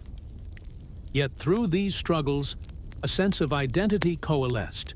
Colonists increasingly saw themselves not as individual communities or colonies, but as part of a collective, united by common ideals, shared risks, and mutual hopes. The language of liberty and independence became part of daily conversation, even among those who had once been loyal to the crown. Ordinary people understood that the revolution was not just for leaders in Philadelphia or Boston, it was for farmers in Virginia, merchants in New York, fishermen in Maine, and artisans in Charleston. Every life touched by conflict became part of the larger narrative. By the end of 1776, the American Revolution had moved from petition to rebellion to an unmistakable declaration. The 13 colonies claimed the right to govern themselves. The path forward would be perilous. The British Empire remained powerful, seasoned in war, and determined to crush rebellion. But the colonies had demonstrated resilience, unity, and a capacity to adapt that few could have predicted. Ordinary citizens, through their courage, labor, and conviction, had turned the abstract principles of liberty into a lived reality, laying the foundations of a new nation. The Declaration of Independence was more than a document. It was a symbol of possibility, a promise of self-determination, and a call to action. In the homes, fields, towns, and cities of the 13 colonies, people read, discussed, and believed. They had taken the first step into a new world, and though the battles ahead would test them in ways unimaginable, they had, in that moment, claimed their place in history. The revolution had begun not just in Congress or on the battlefield, but in the hearts and minds of ordinary people. Men and women who worked, prayed, argued, and hoped. Their lives, full of struggle and perseverance, had converged to create something unprecedented. A nation founded on the idea that liberty was not given, but taken, defended, and nurtured. The world had changed, and the colonies, once loyal subjects of a distant empire, were now the architects of a destiny they would shape with their own hands, their own courage, and their unwavering belief in freedom.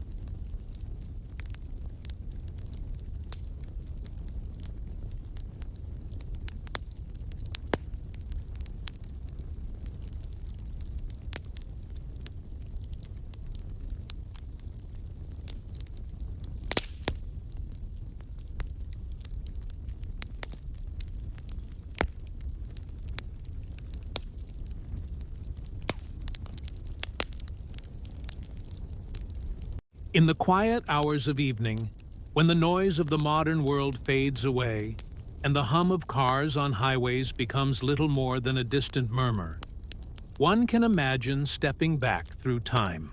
The United States, as we know it today, is built on centuries of layers, moments of triumph, mistakes, conflicts, and unexpected discoveries that slowly shaped its course. What follows is not a tale of loud drama, nor of hurried action, but a patient unfolding of history, told in a way that lingers, like an old voice carried through the corridors of time, measured, calm, and deliberate. The earliest story of America does not begin with great cities or mighty armies. It begins with landscapes, endless forests, wide rivers, mountains rising like the spines of ancient creatures, and prairies stretching far beyond the horizon. Long before Europeans ever looked westward across the Atlantic, this land was alive with civilizations, thousands of years before the founding fathers ever spoke of liberty. The first peoples had already carved their lives into the soil. Communities rose along river valleys, where fish swam in abundance, where fertile ground could be tilled for maize and beans, and where trade routes stretched far across the continent. Consider the great mound builders of the Mississippi Valley. Around the city we now call St. Louis, long before any European settlement, stood Cahokia, a city of tens of thousands of people at its height. From around 1050 to 1350, it flourished as a cultural and political center, with vast earthen mounds rising above the plains. The largest, known as Monk's Mound, still stands today, its presence a reminder of an organized, sophisticated society that built without stone, without steel, but with will and vision. Imagine the slow, steady labor of thousands of hands carrying basket after basket of earth to build a monument to their community, to their gods, or to their rulers. From these heights, leaders could look out across a city of wooden palisades, houses, plazas, and temples. And though little is left of that city now beyond mounds and fragments, it was once as alive and full of purpose as any capital we know. North of there, in the woodlands, tribes like the Iroquois built longhouses where families lived under one roof, their lives woven tightly with kinship and tradition. To the southwest, the ancestral Puebloans raised their dwellings in the cliffs of what is now Colorado and New Mexico. Their homes were carved into stone itself, rooms stacked one upon another, accessible by ladders that could be pulled up for safety. Each of these communities carried with it stories of creation, rituals tied to the earth, and knowledge passed from one generation to the next. But the world was never still.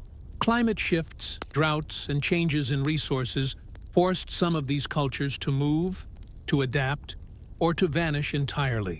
By the time Europeans first reached the shores of the Americas, native nations had already experienced centuries of growth, conflict, and migration. They were not untouched lands waiting to be claimed.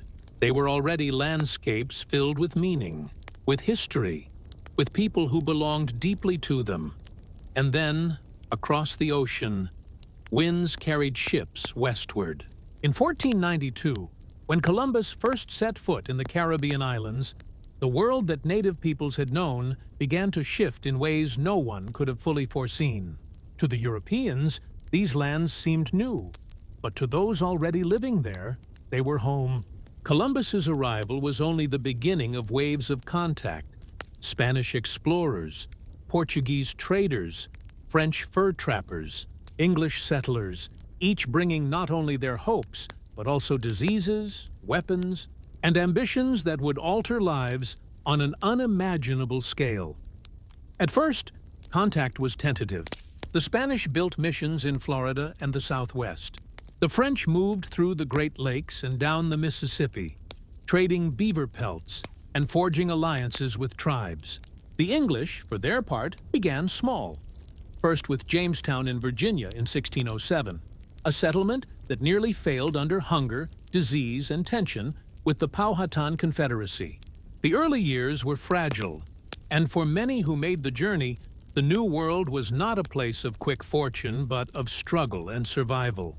Imagine the weary faces of settlers, ill-prepared for winters, facing shortages of food, relying desperately on aid from native neighbors, only to later clash with them in cycles of mistrust and violence. Slowly, colonies grew. From Massachusetts to Georgia, settlements stretched along the Atlantic coast, each with its own reasons for being.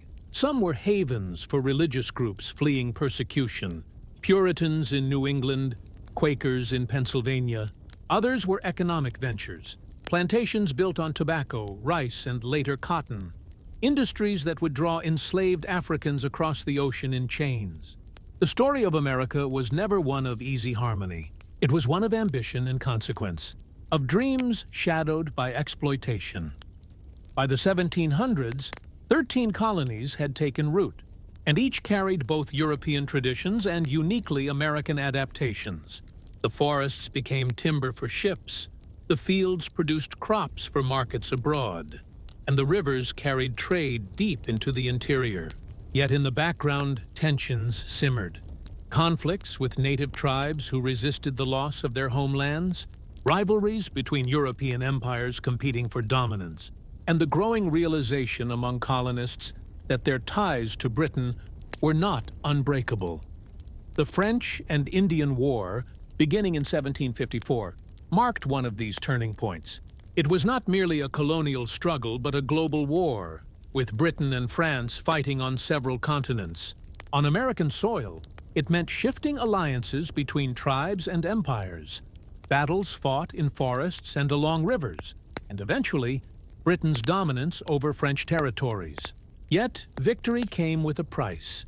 Debts that led Britain to tax its colonies more heavily, planting seeds of discontent.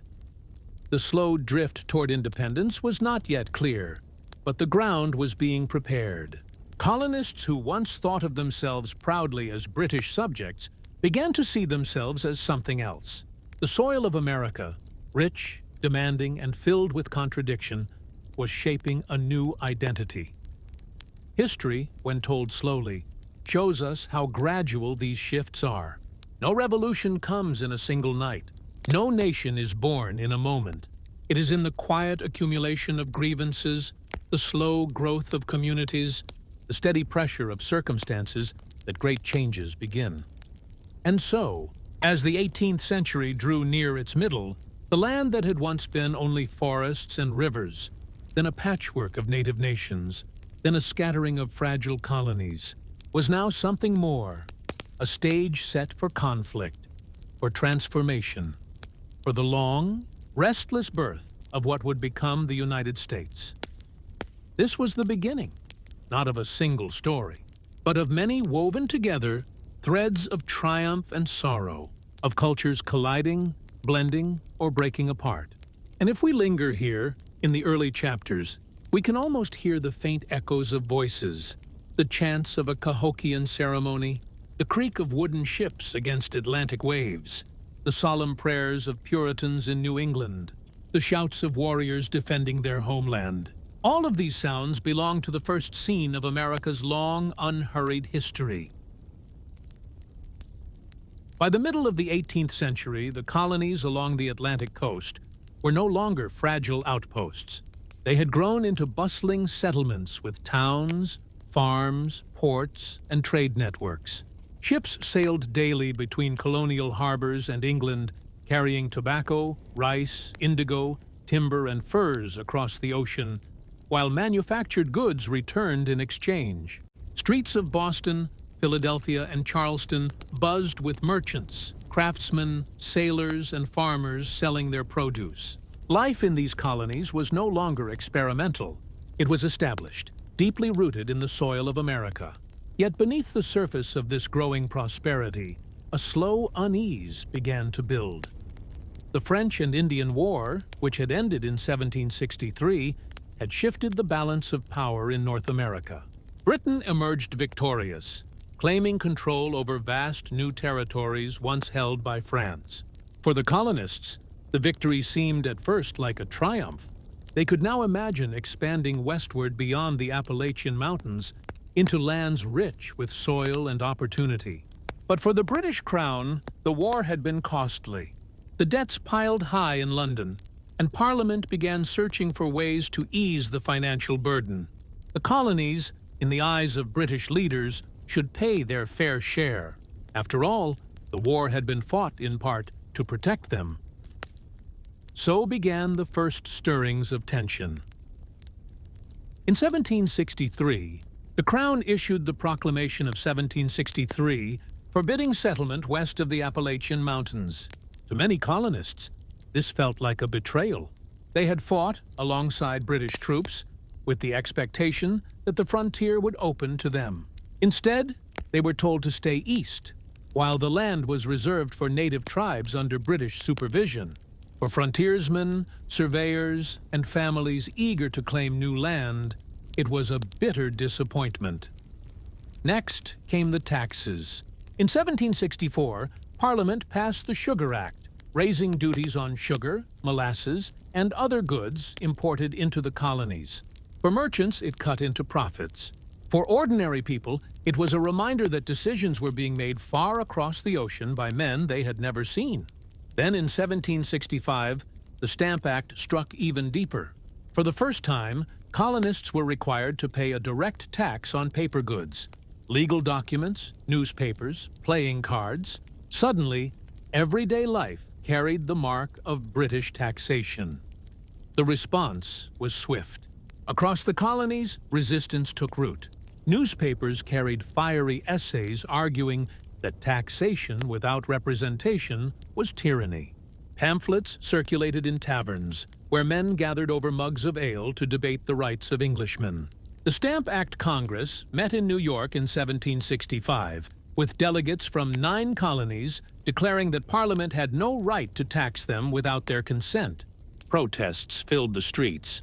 Effigies of tax collectors were burned, and in some towns, mobs gathered outside officials' homes, shouting their defiance.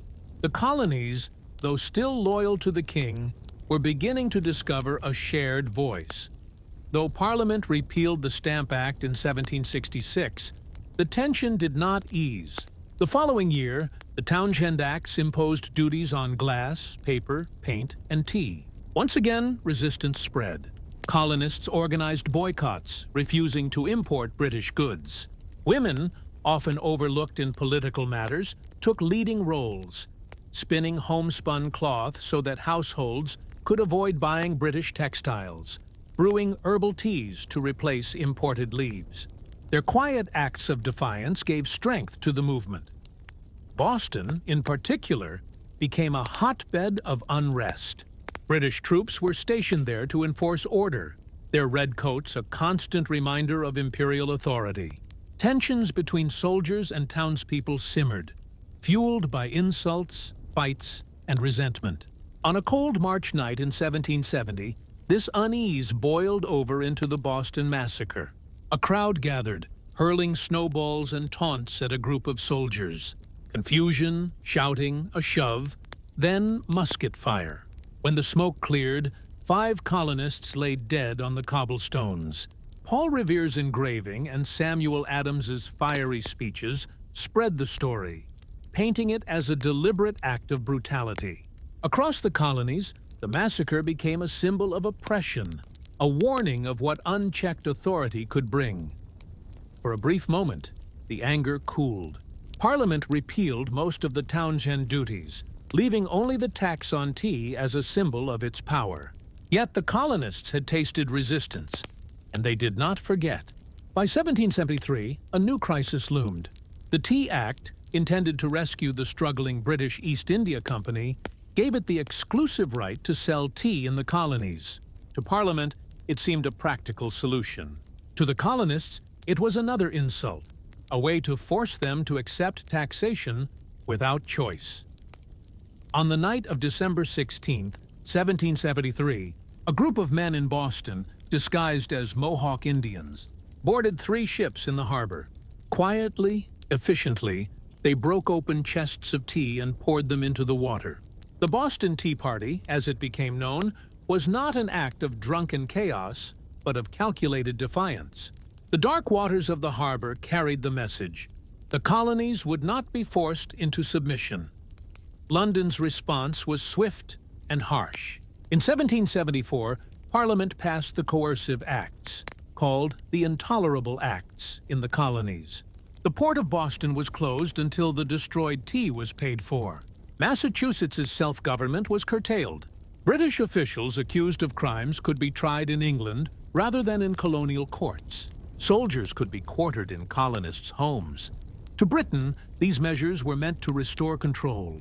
To the colonists, they were proof that their liberties were under assault. In September 1774, delegates from 12 colonies gathered in Philadelphia for the First Continental Congress. Men from different regions, New England farmers, Southern planters, merchants from the middle colonies, sat together, debating how to respond. For many, independence was not yet the goal. They still spoke of loyalty to the king, but they also declared their rights as Englishmen and pledged to resist unconstitutional laws. They agreed to form committees of correspondence, to enforce boycotts, and to prepare for the possibility that words alone would not be enough. The stage was set. By early 1775, the tension had grown almost unbearable. British troops remained in Boston, their presence a constant provocation. In villages and towns, local militias began drilling. Ordinary farmers and tradesmen practicing with muskets, calling themselves minute men for their readiness to respond at a moment's notice. The atmosphere was one of uneasy waiting, as though a storm gathered on the horizon. Looking back, it is easy to see where these roads led. But for those who lived it, the outcome was uncertain. Many still hoped for reconciliation, for some compromise that would allow them to remain British subjects while preserving their liberties. Others, more radical, already dreamed of complete independence, of a nation free to chart its own destiny. The colonies were no longer simply extensions of Britain. They were becoming something else, something new. The calm rhythm of colonial life, planting crops, trading goods, attending church, raising families, now carried an undercurrent of expectation.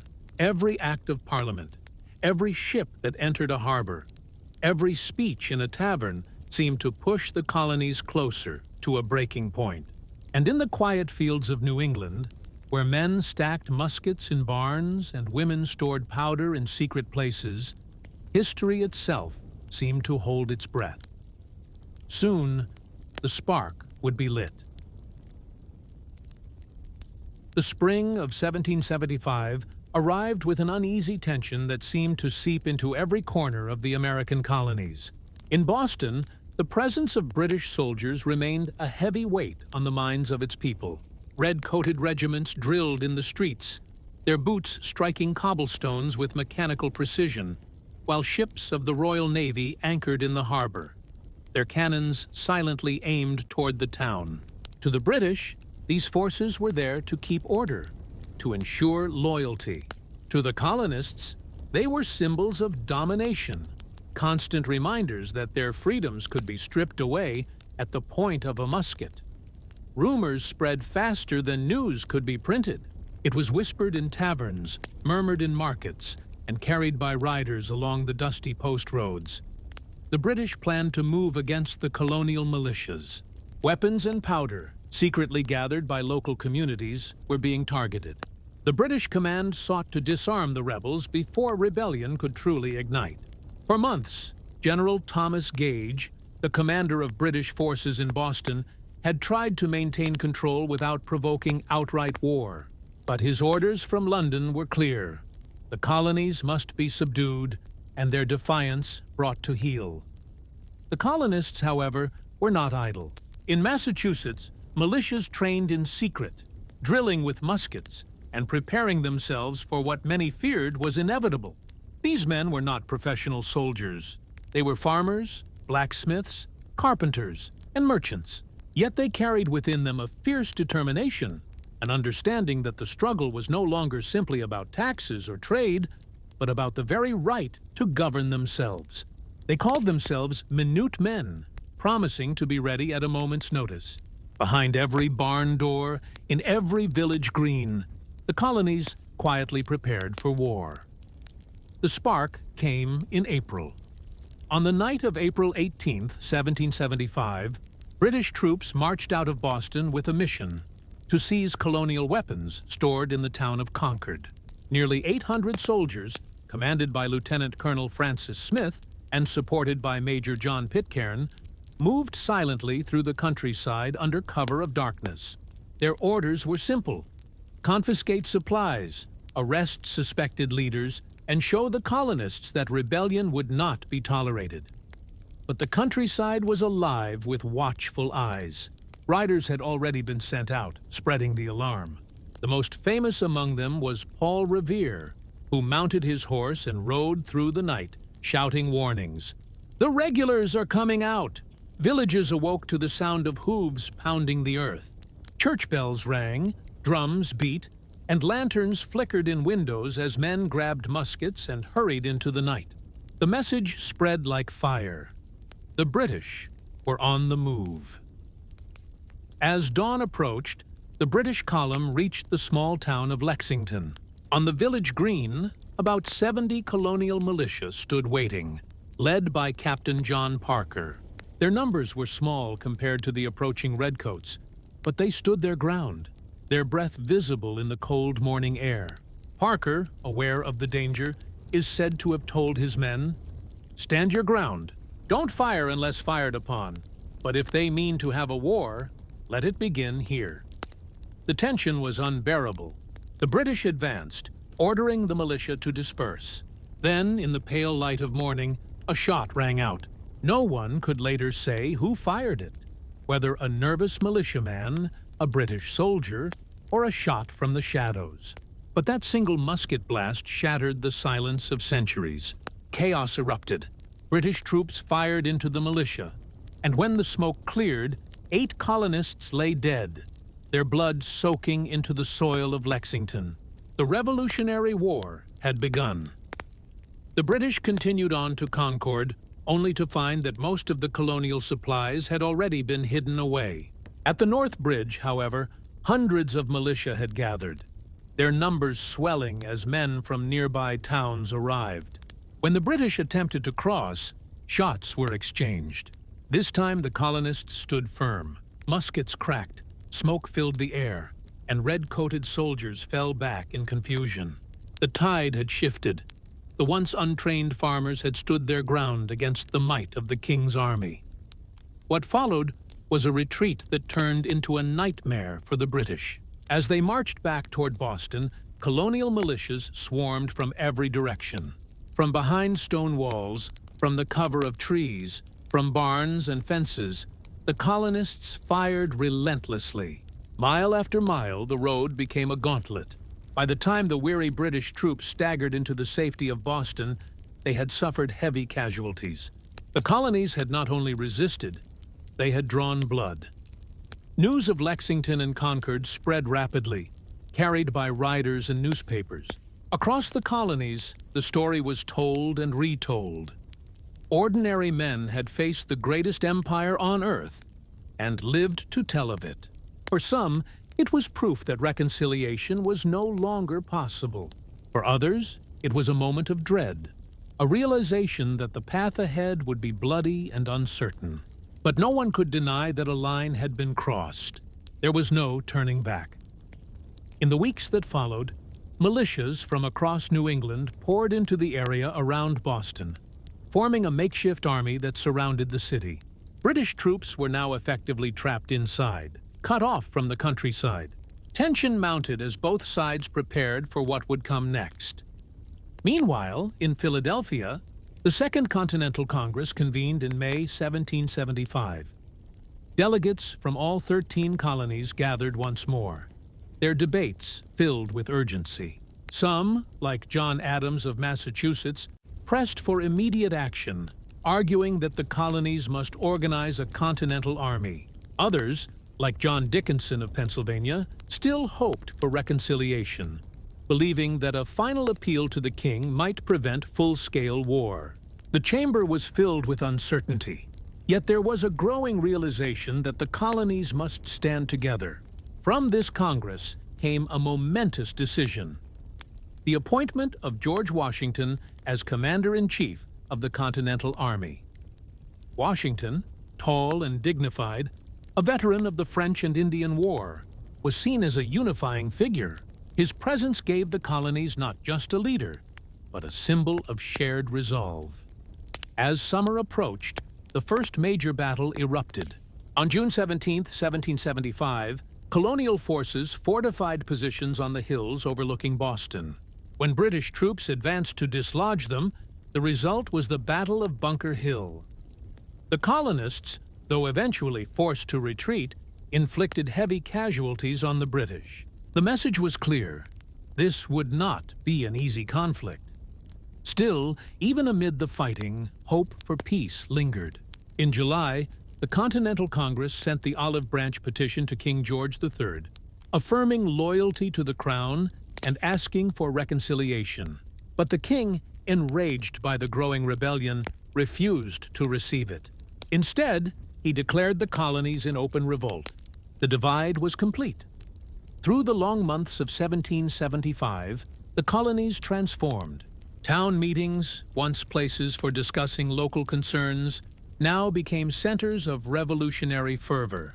Pamphlets circulated widely, urging independence, liberty, and resistance. Farmers left their fields to join militias. Blacksmiths forged weapons. Women managed farms and businesses in the absence of their husbands. The war effort seeped into every corner of colonial life. Yet uncertainty remained. No one knew how long the struggle would last, nor what sacrifices it would demand. The British Empire was vast, its army and navy unmatched. The colonies were fragmented, their soldiers poorly equipped, their leaders divided. And yet, in the stillness of those early days of war, a sense of destiny began to grow. For generations, the colonies had been bound by loyalty to a distant king. Now, through bloodshed and defiance, they were beginning to see themselves as something new. A people united not by geography alone, but by shared ideals, by a belief that they had the right to govern themselves. The battles of Lexington, Concord, and Bunker Hill were only the beginning. Ahead lay years of hardship, of victories and defeats, of triumphs and despair. But the course was set. The revolution had begun, and with it, the long and uncertain journey toward independence. The year 1776 dawned with both promise and peril. Snow lay heavy across the countryside, blanketing towns and farms in silence. But beneath that stillness, the colonies pulsed with restlessness. The events of the previous year, Lexington, Concord, Bunker Hill, the siege of Boston, had shaken the foundation of colonial life. No longer was the conflict a distant possibility. It had arrived with smoke, blood, and the thunder of muskets. The question that now lingered in every mind was whether reconciliation with Britain remained possible, or whether a final, irrevocable break must be made. By early winter, Boston itself had become the focal point of war. General George Washington, newly appointed commander-in-chief, took command of the ragtag Continental Army that had gathered outside the city. It was an army in name more than in reality. Farmers with hunting rifles, men in mismatched clothing, many lacking powder and shot, few with training. Washington, tall, reserved, and commanding, brought order and discipline. He drilled the men, organized supplies, and turned an enthusiastic but chaotic force into something resembling an army. Inside Boston, British General William Howe struggled as well. His soldiers were well trained, but the siege cut off supplies, and the presence of thousands of restless colonists outside the city created constant pressure. Washington seized the high ground in March of 1776, fortifying Dorchester Heights with cannons that had been dragged through snow and wilderness from Fort Ticonderoga. From those hills, his guns commanded the harbor. The British, recognizing the danger, chose to withdraw.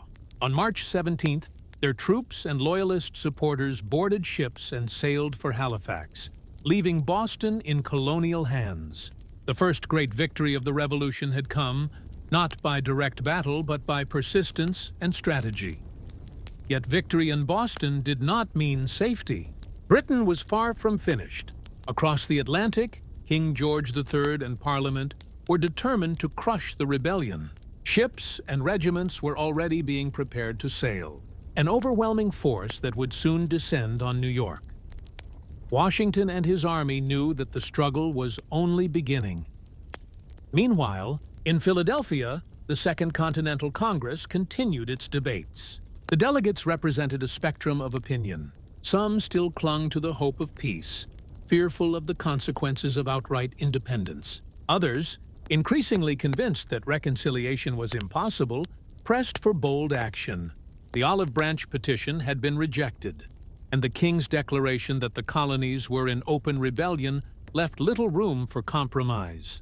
The air grew heavy with arguments, speeches, and pamphlets, each pulling the colonies closer to a decision that would change history.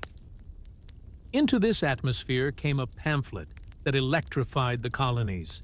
Published in January 1776, it bore the simple title Common Sense and was written by an English-born thinker named Thomas Paine.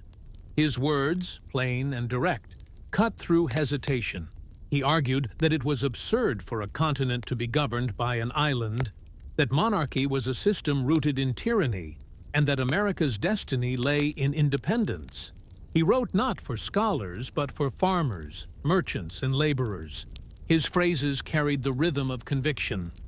Liberty was a natural right, and Britain's rule was nothing but oppression.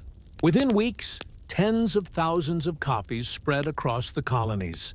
Read aloud in taverns and town squares, Paine's words gave voice to what many already felt, but had not yet dared to say. The tide shifted. Calls for independence grew louder. Local assemblies passed resolutions urging separation. Town meetings and church sermons echoed with the language of freedom. By the spring of 1776, the question was no longer whether the colonies could reconcile with Britain, but whether they dared to declare themselves free. In June, the Continental Congress appointed a committee to draft a declaration. 5 men were chosen: Thomas Jefferson of Virginia, John Adams of Massachusetts, Benjamin Franklin of Pennsylvania, Roger Sherman of Connecticut, and Robert Livingston of New York. Though each contributed, the task of writing fell largely to Jefferson. In his rented room, he sat at a small desk, pen in hand, crafting words that would resonate across centuries. He drew upon Enlightenment philosophy, upon colonial grievances, upon the deep conviction that liberty was the right of all people. His draft declared that governments derived their power from the consent of the governed, and when that consent was betrayed, the people had the right to alter or abolish their government. Debate followed. Congress revised Jefferson's words, striking passages, softening some phrases, sharpening others. But the heart of the Declaration remained. On July 6, 1776, the Congress voted for independence. 2 days later, on July 4th, the Declaration of Independence was formally adopted. Bells rang, crowds gathered, and the document was read aloud in cities and villages. The words carried across the colonies. We hold these truths to be self-evident, that all men are created equal. With those sentences, the colonies ceased to be subjects of Britain and became, in their own eyes, the United States of America. It was a bold proclamation, but also a dangerous one. To Britain, it was treason, punishable by death. Every signer of the Declaration risked his life, his property, and his reputation. Yet they signed, knowing that history would judge them either as heroes of liberty or as traitors. Even as the ink dried, war pressed on. In the summer of 1776, British forces arrived in overwhelming strength. Hundreds of ships filled the waters around New York, carrying tens of thousands of soldiers. Never before had such a fleet been assembled for war in the Americas. General Howe and his brother, Admiral Richard Howe, commanded this armada. determined to crush the rebellion in a single blow. Washington moved his army to defend New York, but the challenge was immense. His men were outnumbered, inexperienced, and ill-equipped. In August, the British attacked on Long Island. The battle was fierce and chaotic, with colonial troops driven back under heavy fire. Washington's army suffered severe losses and seemed on the verge of destruction. Yet, in the darkness of night, under cover of fog, Washington orchestrated a daring retreat across the East River, saving his army from annihilation. It was not victory, but survival. And survival was enough to fight another day. Through the autumn, Washington's army retreated across New Jersey, pursued by the British. Morale sank. Soldiers deserted. The cause of independence seemed fragile, threatened by defeat. Yet in December, when hope appeared dim, Washington struck back. Crossing the icy Delaware River on Christmas night, he led his men in a surprise attack on the Hessian garrison at Trenton. The victory was small in numbers, but vast in spirit. Days later, another triumph at Princeton renewed confidence. The Revolution, though battered, still lived. In homes across the colonies, families listened to news carried by riders and newspapers. They knew the war would be long and uncertain. Farms were left untended, trade disrupted, lives upended. Yet the dream of independence gave strength. The Declaration was no longer just words on parchment. It was a promise, a cause worth sacrifice. As 1776 came to its end, the United States stood at a threshold. It had declared itself free, fought its first great battles, and endured its first bitter defeats. Ahead lay years of hardship, alliances to be forged, and struggles that would test the limits of endurance.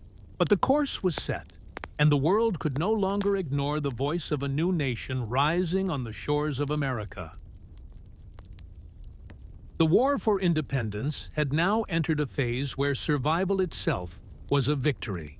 By the late 1776 and into 1777, the Continental Army, led by General George Washington, had been battered, scattered, and often on the verge of disintegration.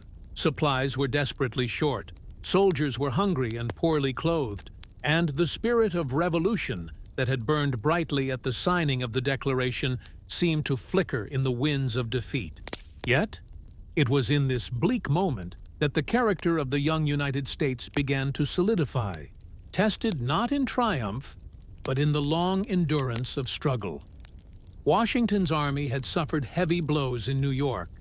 The Battle of Long Island, followed by a desperate retreat across New Jersey, left the American forces diminished and demoralized. Many feared that the dream of independence would collapse before it truly began. British General Howe and his well-trained army had pushed hard, establishing strongholds across the region. Loyalists, those colonists who sided with Britain, were emboldened, and whispers spread that the rebellion was already dying. Washington himself admitted in private correspondence that unless something changed, the cause might soon be lost. Yet, in public, he maintained an unshakable front, knowing that his soldiers, ragged and weary, drew their courage from his resolve. Then came the bitter winter of 1776. On the far side of the Delaware River, British troops and their Hessian allies established winter quarters, confident that the rebellion would wither away with the cold. Washington, however, saw opportunity in their complacency. On the night of December 25, 1776, in one of the boldest maneuvers of the war, he led his army across the icy Delaware River. Battling snow, sleet, and darkness, the Continental soldiers marched through the night. By morning, they struck Trenton, surprising the Hessian garrison. The victory was small in scale, but massive in spirit. The capture of Trenton, followed soon after by another win at Princeton, proved that the Continental Army was not yet defeated. These triumphs rekindled hope in the colonies, drawing new recruits and breathing life into a cause that had seemed nearly extinguished. As the war stretched on into 1777, the British strategy shifted. Their leaders believed that if they could isolate New England, the heart of the rebellion, from the middle and southern colonies, the revolution might collapse. This led to a plan to seize control of the Hudson River Valley. General Burgoyne marched south from Canada with a large British force, intending to meet other British armies moving north from New York City. But the vast American landscape and its determined defenders proved more resilient than expected. At Saratoga, in October 1777, American forces under General Horatio Gates and Benedict Arnold surrounded and forced Burgoyne's army to surrender. The victory at Saratoga was not merely a battlefield triumph. It was a turning point in the entire war. For the first time, the Americans had captured a full British army, and the world took notice. The Saratoga victory had ripples far beyond the battlefields of New York. Across the Atlantic, in France, leaders had been watching the rebellion with interest, but hesitation. France, still smarting from its defeat in the 7 Years' War against Britain, saw an opportunity for revenge. Yet, they were reluctant to commit to the American cause without proof that the colonists could stand against the might of Britain. Saratoga provided that proof.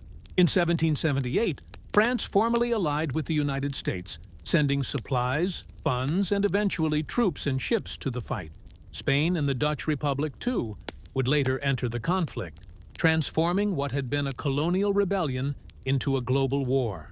Britain suddenly faced not only rebellious subjects across the Atlantic, but also powerful European rivals determined to weaken its empire. While international alliances offered hope, conditions for Washington's army remained desperate. The winter of 1777-1778 at Valley Forge became a symbol of suffering and perseverance.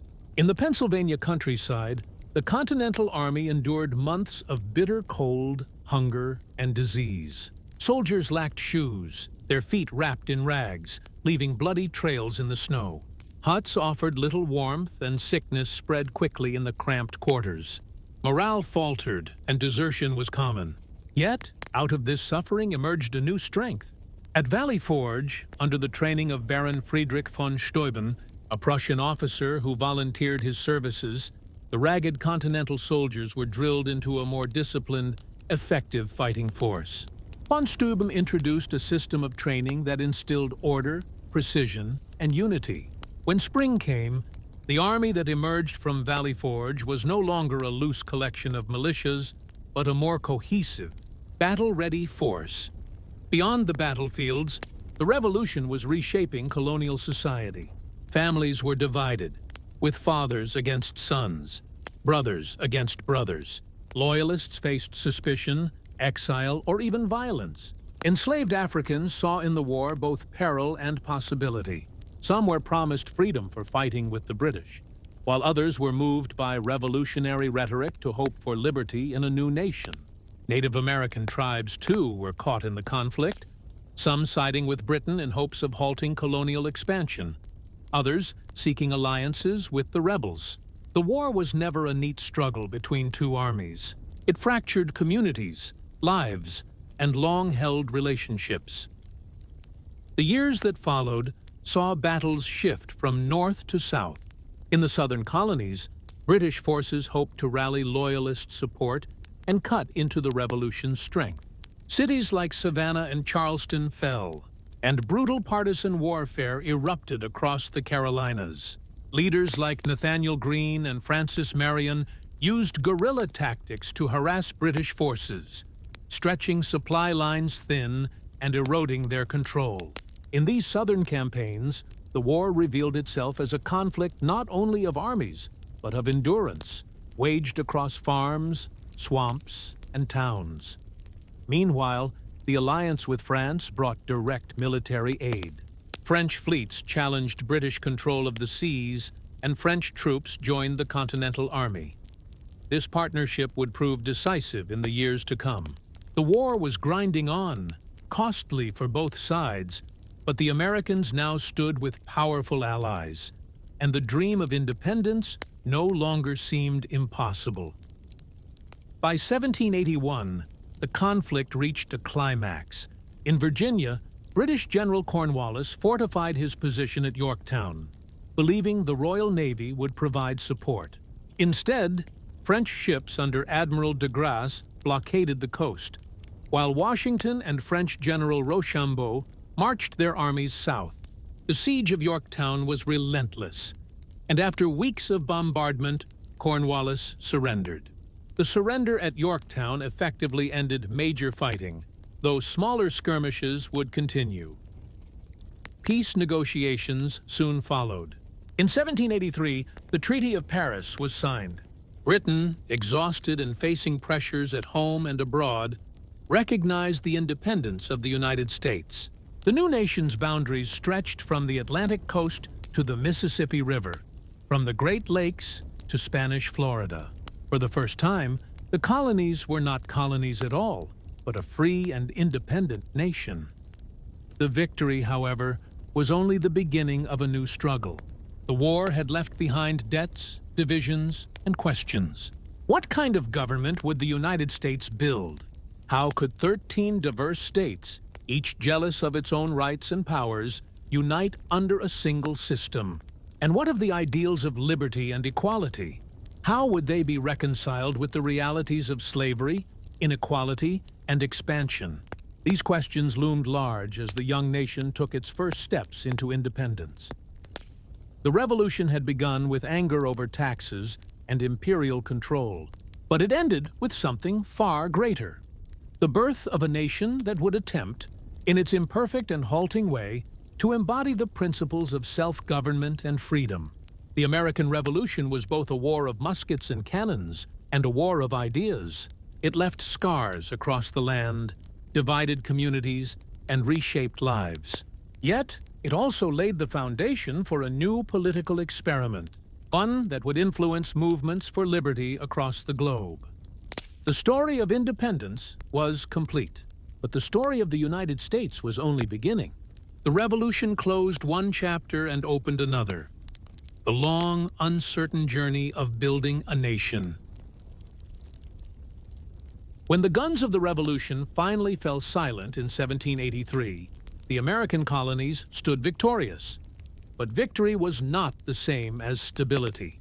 What emerged from the Treaty of Paris was not a powerful, unified country, but 13 states loosely bound together under the Articles of Confederation. Independence had been won, yet the question of how to govern this new land remained unsettled. The Revolutionary War had ended one struggle, only to begin another: the task of creating a nation. The Articles of Confederation, drafted during the war, were America's first attempt at a national framework of government. They reflected the colonists' deep suspicion of centralized power, a suspicion rooted in years of conflict with Britain. Under the Articles, the states retained most authority. The National Congress could declare war, make treaties, and manage relations with native tribes, but it could not levy taxes directly, regulate trade, or enforce its laws upon the states. Each state had one vote, regardless of size, and any major decision required the agreement of 9 out of 13 states. Amendments demanded unanimity, an almost impossible standard. This loose arrangement was meant to preserve liberty, but in practice, it left the new nation weak and vulnerable. The immediate aftermath of war revealed the fragility of this system. The country was burdened with debt, millions owed to France, Spain, and private lenders. Without the power to tax, Congress relied on contributions from the states, which were often delayed or never paid. Soldiers returning from war were promised wages and pensions that Congress could not provide. Trade was another source of frustration. With no central authority to regulate commerce, each state pursued its own interests, erecting tariffs and restrictions against neighbors. This disunity bred resentment and inefficiency, threatening the economic survival of the Republic. In the countryside, the economic strain fell hardest on farmers. Taxes imposed by state governments, combined with debt from the war, left many small landowners unable to pay creditors. Courts seized their property, and debtors filled the prisons. Frustration turned to anger, and anger to open rebellion. In Massachusetts, during the winter of 1786-1787, farmers led by Daniel Shays rose against the state government. blocking courts to prevent foreclosures. Shays's rebellion shook the young nation, revealing the weakness of the Confederation. Congress could not muster a national army to put down the uprising. Instead, Massachusetts had to rely on private militias. For many leaders, the rebellion was proof that the Republic teetered on the edge of chaos. Amid these struggles, the western frontier presented both opportunity and challenge.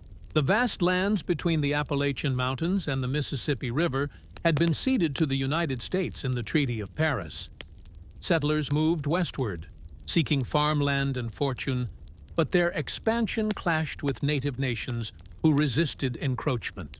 The Northwest Ordinance of 1787 attempted to bring order, establishing a process for creating new states out of Western territories. It also set a precedent. Slavery would be banned in the Northwest Territory. This was an early acknowledgement that the nation would be divided over the institution of slavery, a divide that would grow deeper in the centuries to come. The problems of governance, economics, and expansion convinced many leaders that the Articles of Confederation were inadequate. Figures such as George Washington, James Madison, and Alexander Hamilton argued that the Republic needed a stronger national government. Their concerns culminated in the Constitutional Convention of 1787, held in Philadelphia.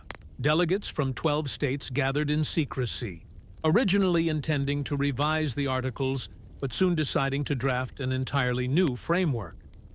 The debates in Philadelphia were intense and often contentious. Large states wanted representation based on population, while small states demanded equal voice. The result was the Great Compromise, a bicameral legislature with the House of Representatives apportioned by population and the Senate granting equal votes to each state. The issue of slavery loomed large. Southern delegates insisted on protections for their property, while Northern delegates objected. The compromise was uneasy. Enslaved persons would be counted as 3/5 of a person for purposes of taxation and representation, a cruel formula that revealed the contradictions at the heart of the new republic. The Constitution created a system of checks and balances. Executive, legislative and judicial branches designed to restrain one another. It granted Congress the power to tax, regulate commerce, and raise armies. Yet it also preserved significant powers for the states, reflecting the delicate balance between unity and autonomy. When the final draft was signed in September 1787, many delegates saw it as imperfect but necessary. As Benjamin Franklin famously remarked, the Constitution created a republic if you can keep it. Ratification was not assured. Fierce debates erupted between Federalists, who supported the Constitution, and Anti-Federalists, who feared it created too strong a central authority. Federalists argued that the new framework was essential to preserve order and liberty. Anti-Federalists demanded explicit protections for individual rights.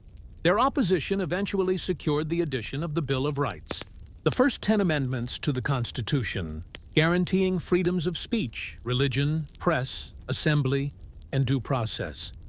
In 1789, the Constitution went into effect, and George Washington was unanimously elected the first president of the United States. His inauguration in New York City was a solemn moment, marking the transition from revolutionary turmoil to Republican governance. Washington embodied unity and restraint. He set precedents that would shape the presidency itself. He refused the trappings of monarchy, choosing instead to serve with dignity and humility. His cabinet, including Thomas Jefferson as Secretary of State and Alexander Hamilton as Secretary of the Treasury, reflected the competing visions of the nation's future. Hamilton believed in a strong central government and an economy based on commerce and industry. He proposed the federal assumption of state debts, the creation of a national bank, and policies to encourage manufacturing. Jefferson, in contrast, envisioned a republic of independent farmers, wary of concentrated power and financial elites. This clash of ideas planted the seeds of America's first political parties, the Federalists and the Democratic Republicans. At the same time, foreign affairs tested the fragile nation. The French Revolution erupted in 1789, dividing Americans. Some saw France as a sister republic, fighting for liberty against tyranny. Others feared the radical violence of revolution and preferred neutrality. Washington, cautious and pragmatic, steered a middle course, insisting that the United States remain neutral in European conflicts. This stance preserved peace, but deepened political divisions at home. Domestically, unrest continued. In 1791, Congress imposed a tax on distilled spirits, sparking resistance among farmers in western Pennsylvania. The Whiskey Rebellion tested the federal government's authority. This time, unlike during Shays's Rebellion, the national government acted decisively.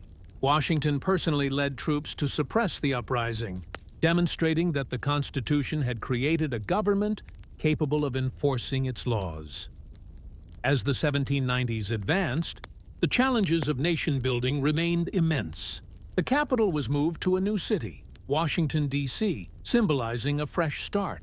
Treaties were signed with native tribes and with Britain, though tensions on the frontier and the seas never fully abated. Yet despite the struggles, the Republic endured. When Washington declined a third term in 1796, he set a precedent of peaceful transfer of power that would become a cornerstone of American democracy. By the time John Adams succeeded Washington as the second president, the United States was still fragile but firmly established. The Revolution had secured independence, and the Constitution had created a framework for governance. Now the task was to live up to the ideals proclaimed in 1776, ideals that remained far from fully realized, but which continued to inspire hope. The early years of the Republic were marked by uncertainty, compromise, and conflict. Yet they also revealed a remarkable resilience. Out of war, debt, and division, the United States had begun to craft a national identity. It was not yet the powerful nation it would become, but it had survived its infancy, laying the foundation for the centuries ahead. The dawn of the 19th century brought with it a new chapter in the story of the United States. By 1800, the young republic had survived its infancy, endured partisan strife, and begun to find its place in the world. The election of 1800, often called the Revolution of 1800, marked a critical moment. Power peacefully shifted from one political faction to another, from the Federalists under John Adams to the Democratic Republicans led by Thomas Jefferson. It was the first time in modern history that such a transfer of authority occurred without violence or upheaval, and it demonstrated that the American experiment in self-government was not a fleeting accident, but a functioning reality. Jefferson's inauguration in March 1801 reflected his philosophy of simplicity. Unlike Washington and Adams, who often projected formality, Jefferson walked to the ceremony rather than arriving in a carriage, signaling a rejection of aristocratic airs. His words carried a message of unity. We are all Republicans. We are all Federalists. Jefferson believed that the survival of the Republic depended on reducing divisions and fostering a government close to the people.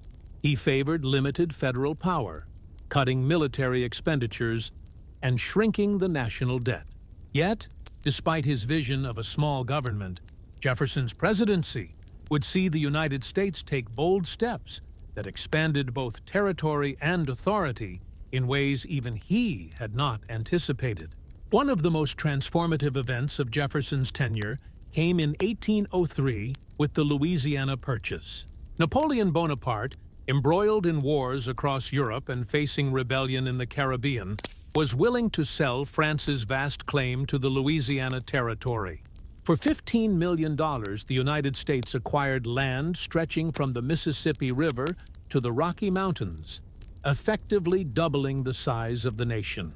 Though Jefferson had long preached strict adherence to the Constitution, which made no explicit provision for purchasing territory, he embraced the opportunity.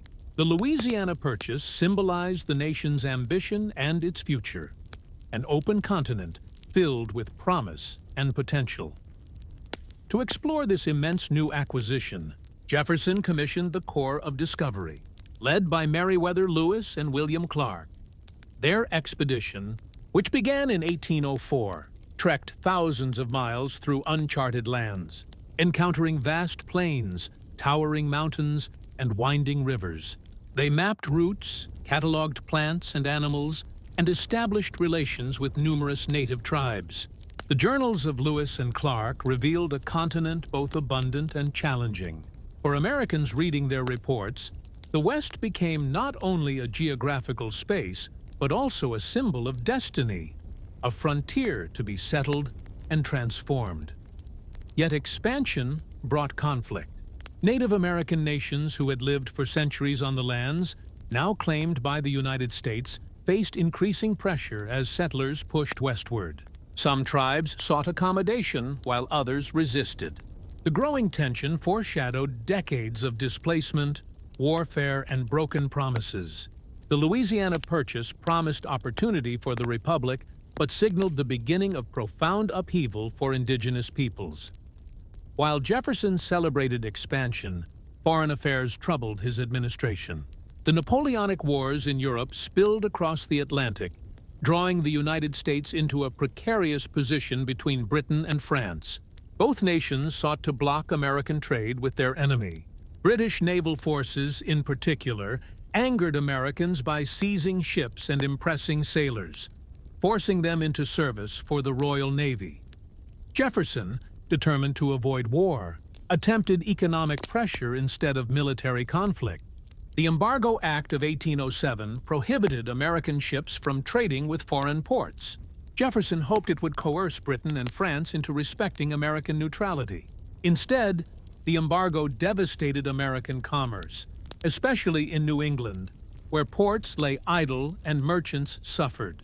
The policy became deeply unpopular and highlighted the challenges of maintaining independence in a world dominated by European empires. As Jefferson stepped aside in 1809, he left the presidency to his close ally, James Madison. Madison inherited the same foreign troubles, and the tensions with Britain grew worse. By 1812, after years of maritime seizures and frontier conflicts, Congress declared war on Great Britain. The War of 1812, sometimes called the Second War of Independence, was a test of the nation's resilience. The war was controversial from the start. Federalists in New England opposed it, fearing damage to trade and doubting the nation's readiness for conflict. Indeed, the United States entered the war with a small army, limited resources, and internal division. Early campaigns against British Canada faltered. American attempts to invade across the northern border were met with defeat, while British forces, allied with Native American confederacies, pushed back strongly. On the frontier, one figure emerged as both an ally of Britain and a formidable leader in his own right: Tecumseh, a Shawnee chief. Tecumseh envisioned a united native confederacy to resist American expansion. His movement drew strength across the Midwest, and his alliance with the British gave them a powerful partner. The death of Tecumseh in battle in 1813 weakened the Confederacy, but his dream of resistance remained a lasting symbol of native struggle. Despite early setbacks, American fortunes improved as the war dragged on. Naval battles offered some of the first bright spots. On Lake Erie, Commodore Oliver Hazard Perry secured a critical victory in 1813, famously declaring, "We have met the enemy, and they are ours." These successes bolstered morale and allowed American forces to reclaim parts of the Northwest. Yet the most dramatic moment of the war came in 1814, when British troops marched on Washington, D.C.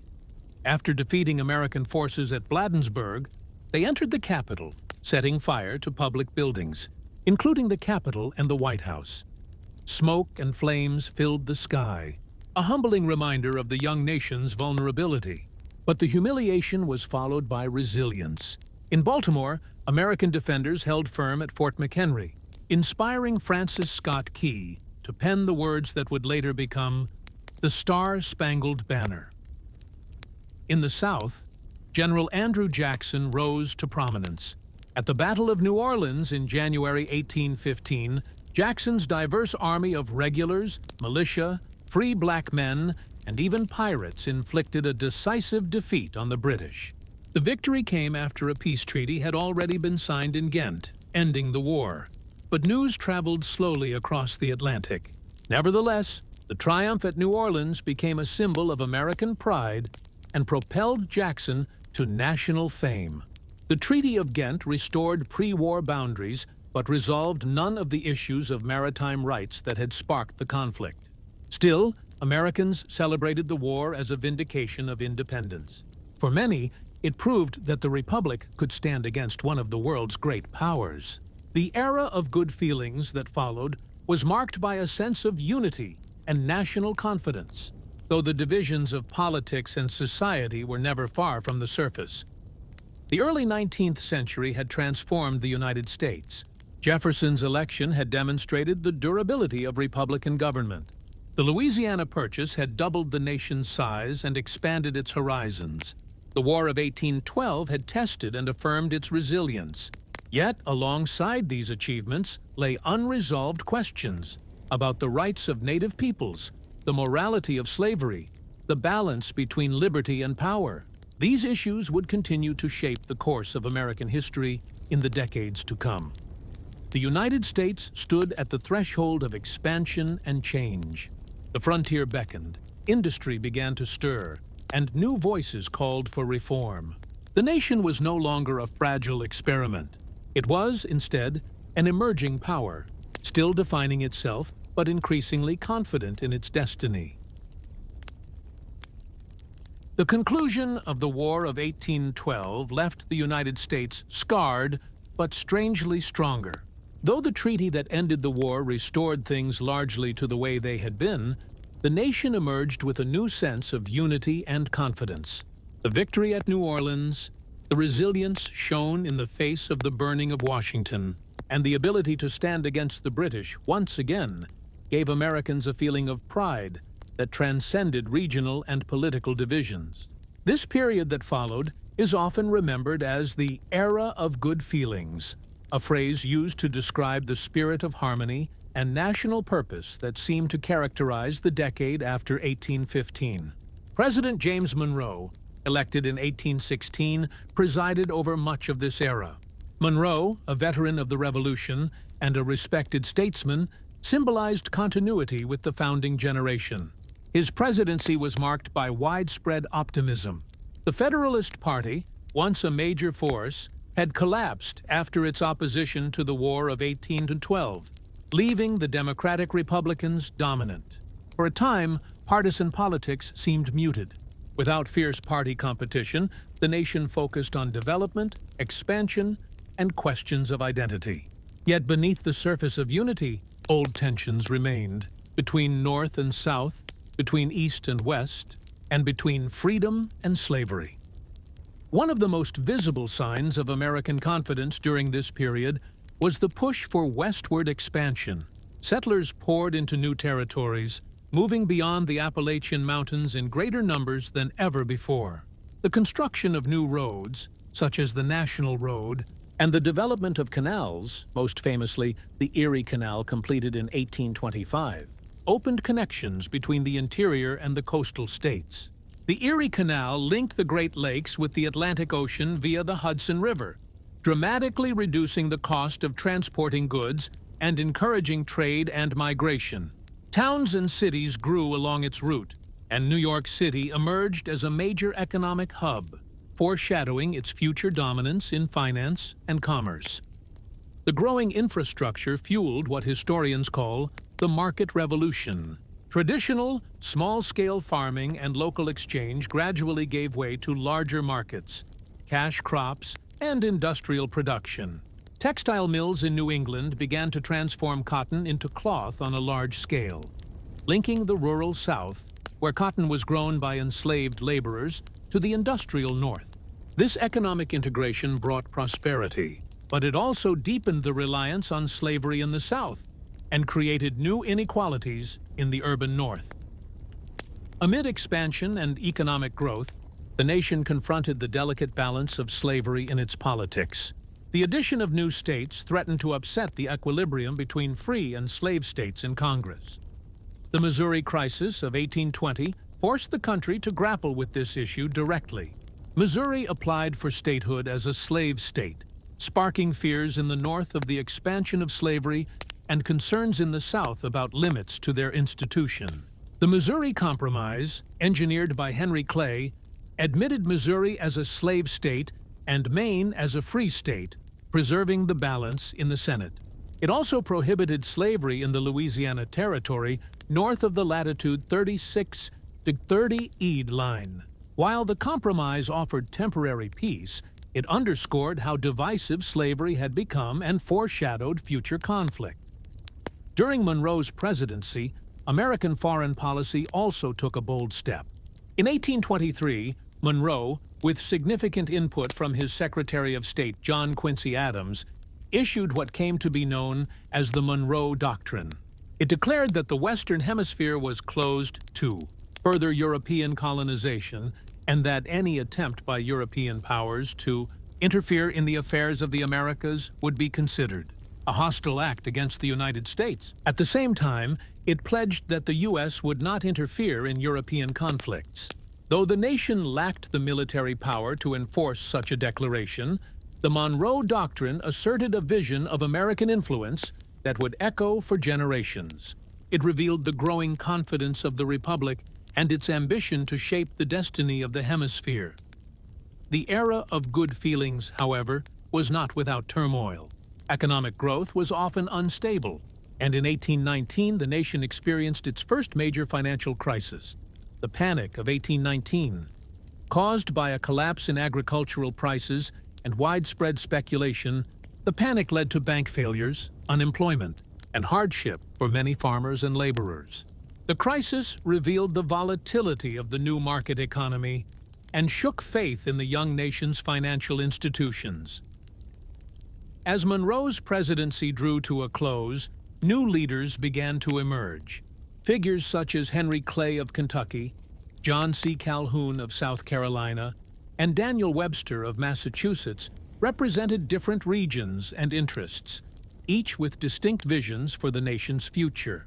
Clay championed his American system, which called for protective tariffs, a national bank, and federal investment in internal improvements. Calhoun defended states' rights and the South's slave-based economy. Webster became a powerful voice for Northern industry and national unity. These men would dominate American politics for decades, embodying the sectional divisions that threatened to pull the Union apart even as it grew. The election of 1824 revealed the cracks beneath the surface of unity. With multiple candidates vying for the presidency, no one received a majority of electoral votes. The contest went to the House of Representatives, where Henry Clay threw his support behind John Quincy Adams.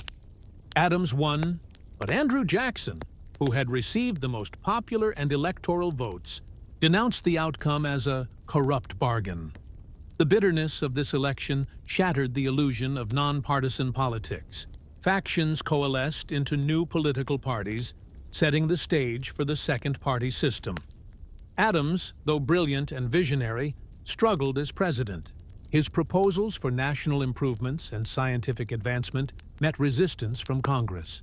Meanwhile, Jackson, a war hero and populist figure, rallied supporters who believed Adams and the political elite had betrayed the people.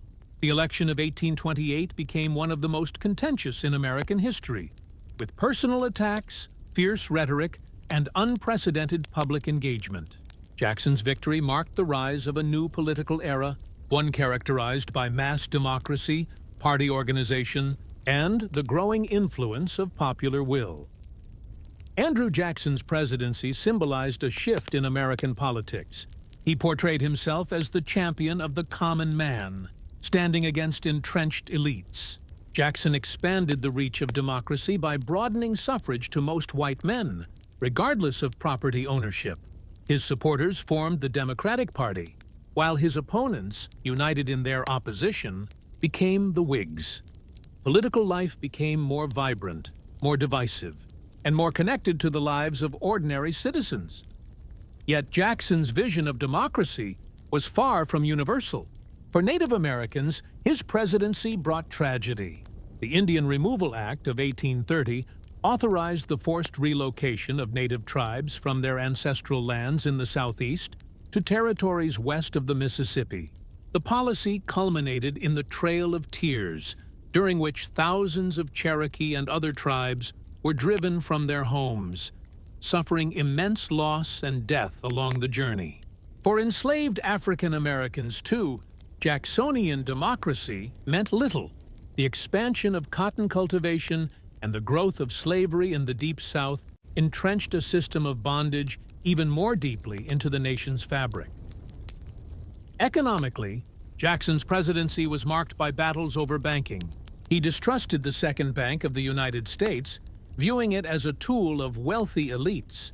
His veto of the bank's recharter and subsequent withdrawal of federal deposits triggered fierce debate and ultimately contributed to financial instability. The Panic of 1837, which followed shortly after Jackson's departure, plunged the nation into another deep economic crisis. Despite its turmoil, the period of the 1820s and 1830s was transformative. The United States expanded territorially, politically, and socially. The Monroe Doctrine articulated a vision of hemispheric leadership. The Missouri Compromise revealed the fragile balance over slavery. The rise of Jacksonian democracy expanded political participation, but also sharpened sectional and racial divides. By the end of the 1830s, the United States was a nation in motion, growing, changing, and struggling to reconcile its ideals with its realities. It had doubled in size, declared its independence on the world stage, and embraced a new style of politics rooted in the people. But it also carried within it contradictions that would only grow sharper. Democracy for some, exclusion and oppression for others. The story of America was no longer one of mere survival. It was now a story of expansion, ambition, and conflict. By the 1840s, the United States was a nation gripped by a sense of destiny. The idea of manifest destiny, that Americans were divinely ordained to expand across the continent from the Atlantic to the Pacific, had captured the imagination of politicians, settlers, and citizens alike. It was a belief that combined nationalism, economic ambition, and a sense of moral purpose, though its consequences were often violent and devastating. Expansion promised opportunity for farmers, merchants, and entrepreneurs, yet it also intensified the divisions over slavery, raised tensions with Native Americans, and led the country into war with Mexico. The election of 1844 brought James K. Polk to the presidency, a man deeply committed to territorial expansion. Polk, often called the Manifest Destiny President, set out an ambitious agenda: annex Texas, negotiate the Oregon boundary with Britain, and acquire California and New Mexico. Each of these goals was rooted in the belief that America had the right and duty to spread its institutions, yet they also carried the potential for conflict. Texas had declared independence from Mexico in 1836, establishing itself as the Republic of Texas. For nearly a decade, it remained a separate nation seeking annexation by the United States. Many Americans, particularly Southerners, supported annexation, eager to expand cotton cultivation and, by extension, slavery. Others feared that annexing Texas would provoke war with Mexico, which still claimed the territory. Polk's commitment to expansion tipped the balance, and in 1845, Congress passed a resolution annexing Texas. Mexico responded angrily, severing diplomatic ties and setting the stage for conflict. The dispute quickly escalated into the Mexican-American War. The United States sent troops into the disputed territory between the Nueces River and the Rio Grande, provoking skirmishes that Mexico viewed as invasions. The war was controversial at home. Critics, including Abraham Lincoln in his spot resolutions, questioned the legitimacy of the conflict, suggesting that Polk had provoked it for territorial gain. Nevertheless, the United States possessed superior resources and organization. American forces, led by generals such as Zachary Taylor and Winfield Scott, advanced into northern Mexico, capturing key cities and ultimately marching to Mexico City itself. The war was brutal and transformative. American soldiers faced disease, extreme heat, and difficult terrain. Cities were captured, battles fought in desert landscapes, and rivers crossed under enemy fire. Despite these hardships, victories came steadily. Taylor's troops won decisive battles at Palo Alto and Buena Vista, while Scott's amphibious landing at Veracruz opened the road to the Mexican capital. By September 1847, Scott's army occupied Mexico City. The Treaty of Guadalupe Hidalgo in 1848 formalized the U.S. acquisition of vast territories, including California, Nevada, Utah, Arizona, and parts of Colorado and New Mexico. In return, the United States paid Mexico $15 million and assumed certain claims by American citizens. The Mexican-American War expanded the United States geographically, but it also intensified the slavery debate. Would these new territories allow slavery, or would they remain free? The question split the nation along sectional lines. Southerners wanted to extend slavery to the new lands, while many Northerners opposed its expansion. The debate shaped the Compromise of 1850, engineered again by Henry Clay. California was admitted as a free state, while New Mexico and Utah were allowed to decide through popular sovereignty. The Fugitive Slave Act was strengthened, requiring citizens to assist in the capture of runaway enslaved people, a law that inflamed Northern opposition and sowed the seeds of deeper sectional tension. At the same time, westward expansion brought settlers into conflict with Native Americans on a massive scale. Trails such as the Oregon Trail and the Santa Fe Trail carried thousands of immigrants into territories previously controlled by tribes who had lived there for generations. The movement of settlers displaced Native communities, leading to violent confrontations and forced removals. Policies designed to relocate Native populations, often justified by a combination of security, settlement, and ideology, continued the tragic pattern established decades earlier under Jackson and during the Indian removal period. The discovery of gold in California in 1848 transformed the West yet again. The gold rush drew hundreds of thousands of people from across the United States and around the world. San Francisco grew from a small settlement into a bustling city seemingly overnight. Miners, merchants, and entrepreneurs poured into the territory, reshaping the economy, society, and environment.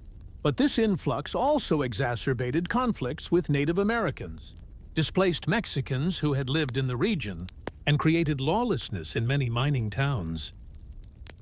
Meanwhile, the political landscape grew more contentious. The 1850s were marked by the rise of sectional parties and the fracturing of traditional alliances. The Kansas-Nebraska Act of 1854, proposed by Senator Stephen Douglas, allowed settlers in those territories to determine whether they would allow slavery through popular sovereignty. The act effectively repealed the Missouri Compromise line and triggered violent conflict known as Bleeding Kansas, as pro-slavery and anti-slavery settlers clashed in the territory. The violence shocked the nation, signaling that compromise over slavery was becoming increasingly impossible. The political crisis fueled the emergence of new parties. The Republican Party was founded in the mid-1850s as a coalition opposed to the expansion of slavery. Leaders like Abraham Lincoln and William Seward voiced moral and political opposition to the spread of slavery into new territories, framing it as incompatible with Republican principles. The sectional divisions became increasingly entrenched, with northern states moving toward anti-slavery positions and southern states defending their peculiar institution with increasing fervor. Technological and economic changes accompanied these social and political upheavals. Railroads expanded across the Midwest and Northeast, linking cities and opening markets. Telegraph lines improved communication across long distances. Industry continued to grow in northern cities, while southern agriculture became increasingly dependent on cotton and enslaved labor. These developments reinforced the economic differences between regions, deepening the divisions that would soon test the survival of the Union. By the late 1850s, the United States was a nation on the brink. It had grown from 13 colonies along the Atlantic coast into a continental power stretching from the Atlantic to the Pacific. It had fought wars, acquired territories, expanded commerce, and built infrastructure. Yet, it remained deeply divided. Slavery, once a tolerated institution, had become the central moral, political, and social question. Native Americans had been systematically displaced. Immigrants were arriving in large numbers, adding new tensions and cultural complexity. And the promises of manifest destiny, once a source of optimism, now seemed inseparable from conflict and injustice. The stage was set for a conflict that would eclipse all previous struggles. The debates over freedom, expansion, and the nature of the Union could no longer be contained within Congress or treaties. They would erupt across the nation in a struggle that would test every ideal for which Americans had fought since 1776. The United States, so young and so vast, faced the coming storm of civil war, a test not of territory, but of the very principles upon which the Republic had been founded. By the 1850s, the United States had grown immensely in size, population, and economic complexity, but its unity was fraying. The expansion of territory following the Mexican-American War, coupled with rapid industrialization in the North and the deepening reliance on slave labor in the South, had created a nation increasingly divided along sectional lines. The compromises that had once held the country together now seemed fragile at best. The debate over slavery, which had simmered for decades, became the central and defining issue of American politics, social life, and identity, setting the stage for a conflict that would soon engulf the entire nation. The Compromise of 1850 had temporarily staved off sectional conflict by balancing the admission of California as a free state with the passage of a stricter Fugitive Slave Act, among other measures. However, the Fugitive Slave Act proved deeply controversial in the North.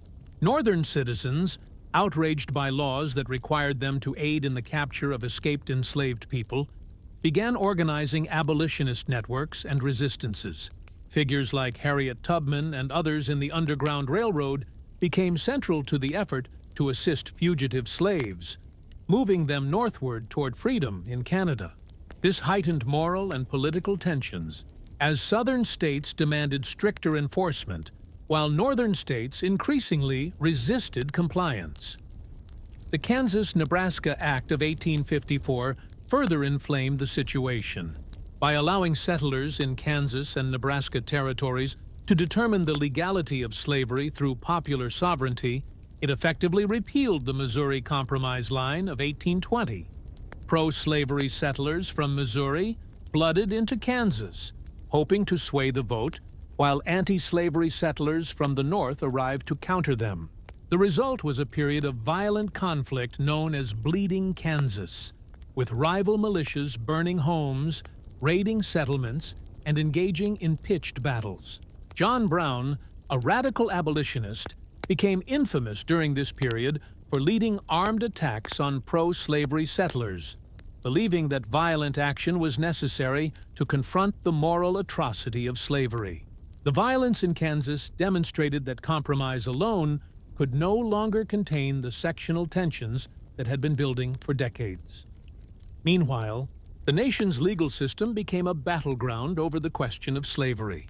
The Dred Scott decision of 1857, delivered by the Supreme Court under Chief Justice Roger B. Taney, ruled that African Americans, whether free or enslaved, could not be considered citizens and therefore had no standing to sue in federal court. Moreover, the decision declared the federal government had no authority to prohibit slavery in the territories. The ruling outraged Northern abolitionists and strengthened Southern resolve to defend and expand the institution of slavery. It deepened the sense that the federal government was biased toward Southern interests, exacerbating sectional animosity and undermining the legitimacy of national compromise. Amid these rising tensions, political realignments were underway. The Whig Party, unable to reconcile internal divisions over slavery, collapsed. The Republican Party, founded in the mid-1850s, emerged as the dominant anti-slavery party in the North. Abraham Lincoln, though initially a relatively obscure lawyer and politician in Illinois, became a prominent voice in the debate over the expansion of slavery. Lincoln argued that slavery was morally wrong and politically corrosive, but he initially focused on preventing its spread into the Western territories, rather than advocating immediate abolition where it already existed. His eloquence and logical arguments made him a rising star within the Republican Party, and a figure capable of challenging Southern pro-slavery dominance. The election of 1860 brought these sectional tensions to a head. The Democratic Party, deeply divided over slavery, split into Northern and Southern factions. Abraham Lincoln, running on the Republican ticket, won the presidency without carrying a single Southern state, reflecting the deep sectional divide. Southern leaders saw Lincoln's election as a direct threat to the institution of slavery and to their social and economic order. Within months, South Carolina became the first state to secede from the Union in December 1860, declaring that the federal government no longer represented their rights or interests. Other Southern states soon followed, forming the Confederate States of America in early 1861, with Jefferson Davis elected as its president. The Confederacy articulated its commitment to protecting slavery as a central principle, making clear that the conflict was fundamentally about the preservation of the Southern way of life and the institution of bondage upon which it relied. The division was now complete, and the fragile bonds that had held the nation together for nearly a century were broken. Tensions escalated quickly. Federal forts in the South, including Fort Sumter in Charleston Harbor, became flashpoints. Lincoln, committed to preserving the Union, faced the challenge of responding to secession without immediately provoking war. Yet he understood that allowing the Confederacy to seize federal property unopposed would undermine the authority of the United States. On April 12, 1861, Confederate forces fired on Fort Sumter, forcing its surrender. This marked the official beginning of the Civil War. Lincoln called for 75,000 volunteers to suppress the rebellion, prompting additional Southern states to secede and join the Confederacy. The war that followed would test every aspect of the United States, its military, political institutions, economy, and social fabric. The Union faced the daunting task of bringing back the seceded states while grappling with the profound moral question of slavery. The Confederacy, fighting for independence and the preservation of slavery, sought to defend its territory and way of life against overwhelming odds. Families were divided, communities split, and the nation descended into a conflict that would claim hundreds of thousands of lives. The coming struggle would involve vast armies, innovative military strategies, and battles that scarred the landscape and memory of the nation. From Bull Run to Antietam, from Shiloh to Gettysburg, the Civil War unfolded as a massive, grinding confrontation of ideology, economy, and human endurance. Slavery, the central cause of secession, became an inescapable moral issue, compelling leaders like Lincoln to act not only as politicians, but as moral arbiters in a war that would determine the fate of millions of people. The outbreak of war also brought profound economic and social consequences. In the North, industry and infrastructure became central to the war effort. Factories produced arms, ammunition, and supplies, while railroads and telegraphs enabled rapid movement and communication. In the South, the plantation economy struggled under blockade, shortages, and the disruption of trade. Enslaved people, sensing the instability of the war, seized opportunities to escape, resist, and, in some cases, join Union forces to fight for their freedom. As 1861 unfolded, the United States entered a period of unprecedented national crisis. The ideals of the Revolution, which had promised liberty and self-government, now faced their greatest test. Would the Union survive? Could the nation reconcile the moral, political, and economic contradictions that had festered for decades? The Civil War was not simply a conflict over borders or military strategy. It was a profound struggle over the very meaning of the American experiment. In these early months of the war, the nation was both fragile and resilient.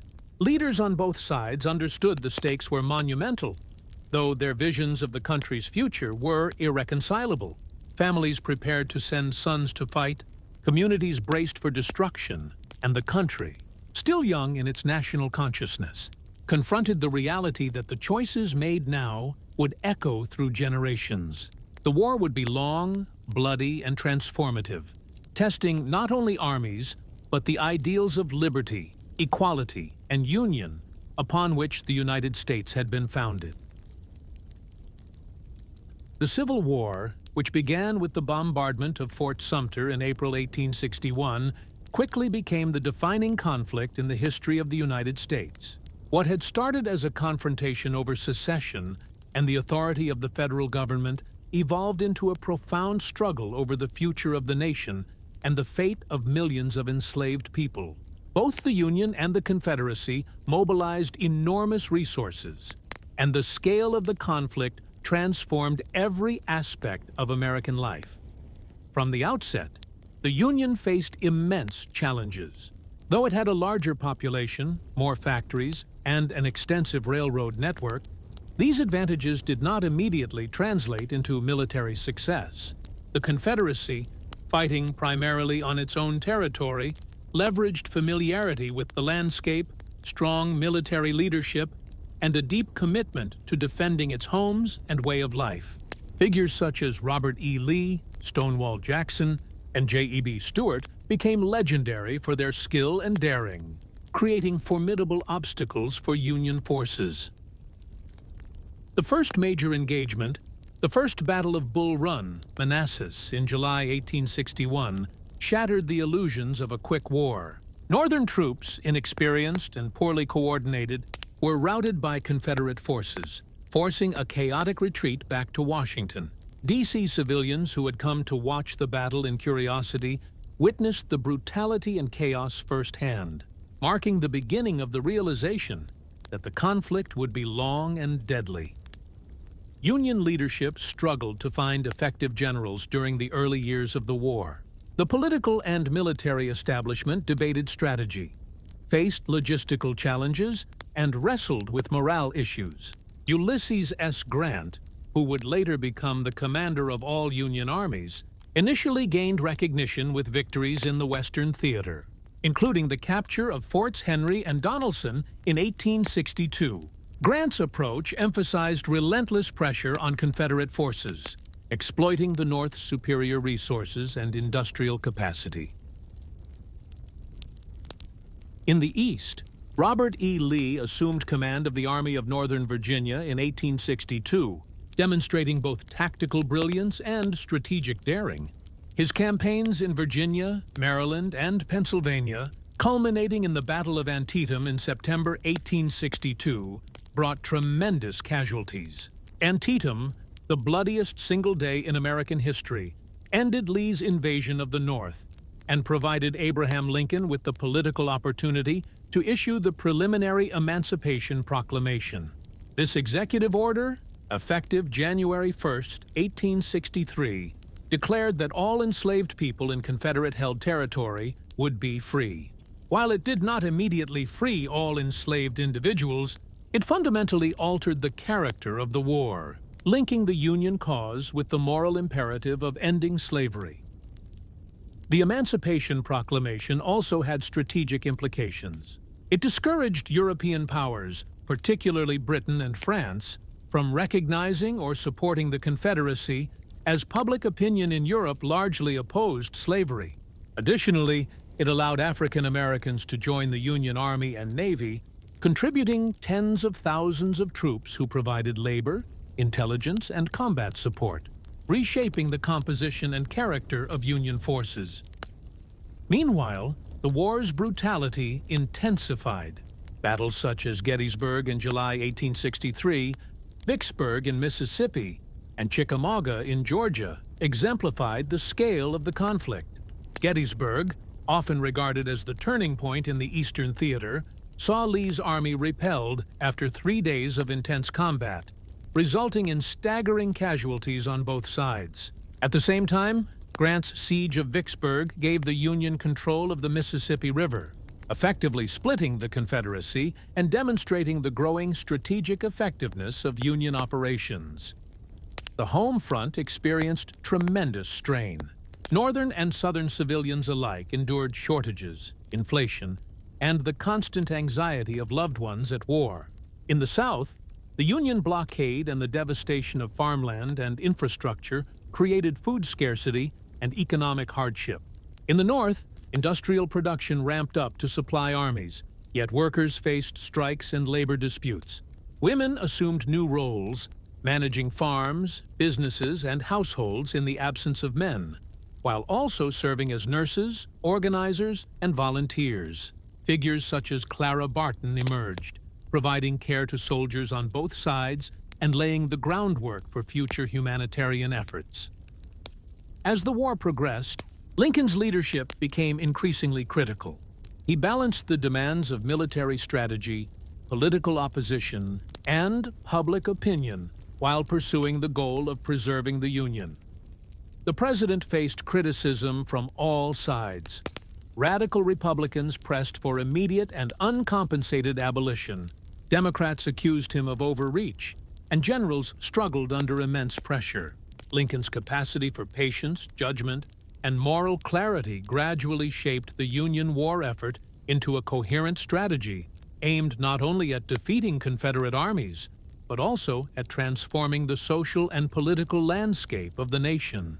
In 1864, Lincoln appointed Grant as General-in-Chief of all Union armies, consolidating military command and emphasizing coordinated offensives across multiple theaters. Grant's approach, combined with William Tecumseh Sherman's campaigns in Georgia and the Carolinas, brought the Confederacy to the brink of collapse. Sherman's march to the sea exemplified a new kind of warfare, targeting infrastructure, supplies, and morale to weaken the South's capacity to continue fighting. The destruction of railroads, crops, and cities demonstrated the totalizing nature of modern war and foreshadowed the profound social and economic upheaval that would follow. Meanwhile, the political stakes remained high. Lincoln faced re-election in 1864 amidst uncertainty about the war's outcome. His victory reaffirmed Northern commitment to the Union cause and provided the political mandate to continue the struggle until final victory and the permanent abolition of slavery. By April 1865, Confederate forces, exhausted and demoralized, surrendered. Lee's surrender at Appomattox Courthouse on April 9, 1865, symbolically and practically marked the end of the Confederacy, though pockets of resistance persisted briefly. The aftermath of the war left the United States transformed. Slavery was abolished through the 13th Amendment, fundamentally altering the nation's social and legal structure. Millions of formerly enslaved people sought to claim freedom, land, and political rights, even as systemic challenges and resistance persisted. The Southern economy was devastated. Cities lay in ruins, and the social hierarchy that had underpinned slavery was shattered. The North, while victorious, bore the cost of over 360,000 lives lost and widespread economic strain. The war had proven that the survival of the Union required both military might and moral purpose, intertwining questions of governance, liberty, and justice in ways that would define the nation for generations. The Civil War also created a legacy of federal power.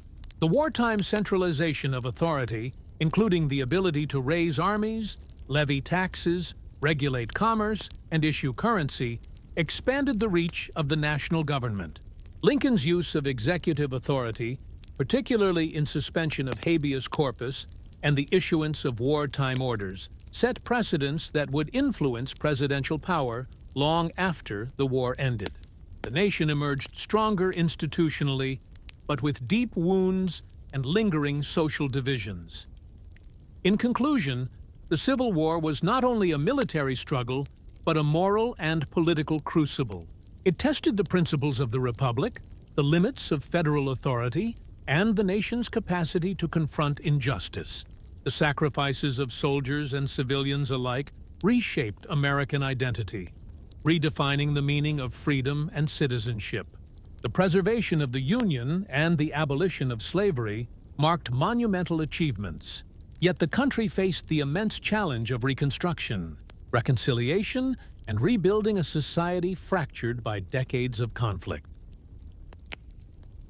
The surrender of Confederate forces in 1865 marked the end of the Civil War, but it did not mark the end of struggle. The nation faced an even greater challenge: Reconstruction.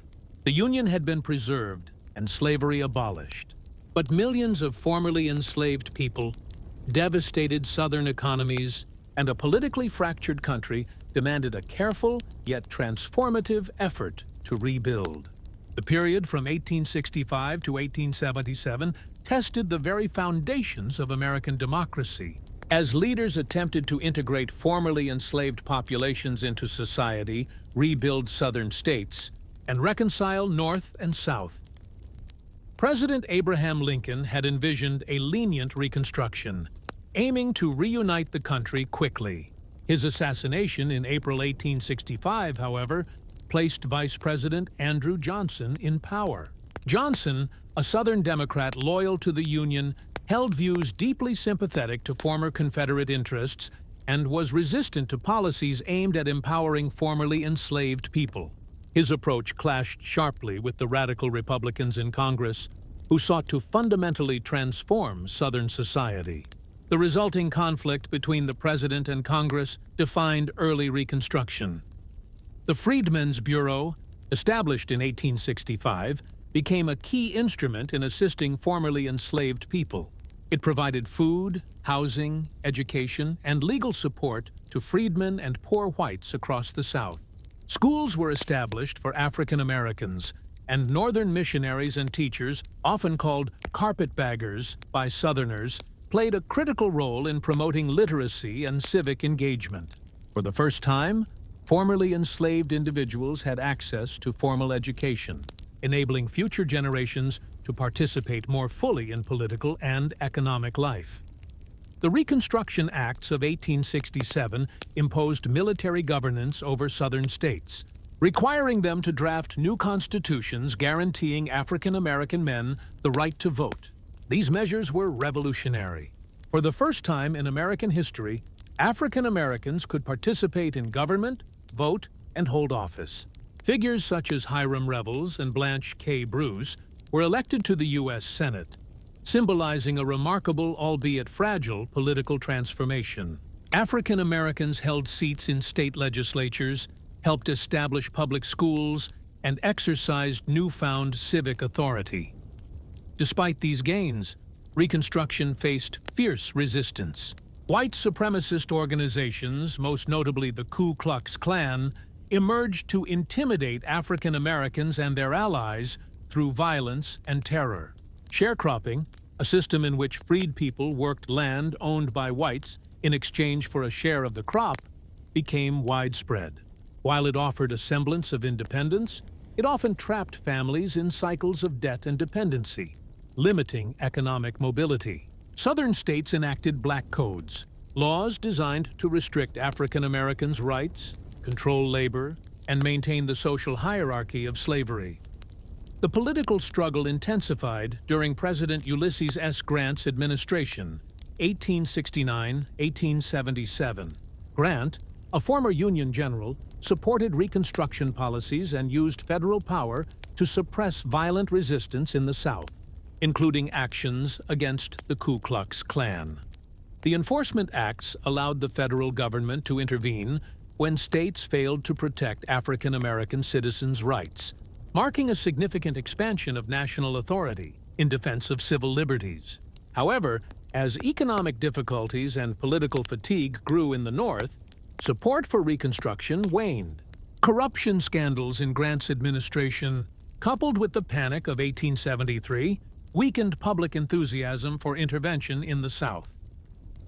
By 1877, Reconstruction came to an end with the Compromise of 1877, which resolved the disputed presidential election between Rutherford B. Hayes and Samuel J. Tilden. In exchange for conceding the presidency to Hayes, federal troops were withdrawn from the South, effectively ending federal enforcement of Reconstruction policies.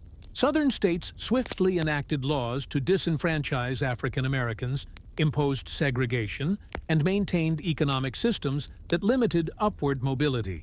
The brief era of political and social experimentation for African Americans ended, giving way to Jim Crow, a system of racial oppression that would persist well into the 20th century. Meanwhile, the nation as a whole faced other challenges. The westward expansion that had fueled the mid-19th century continued.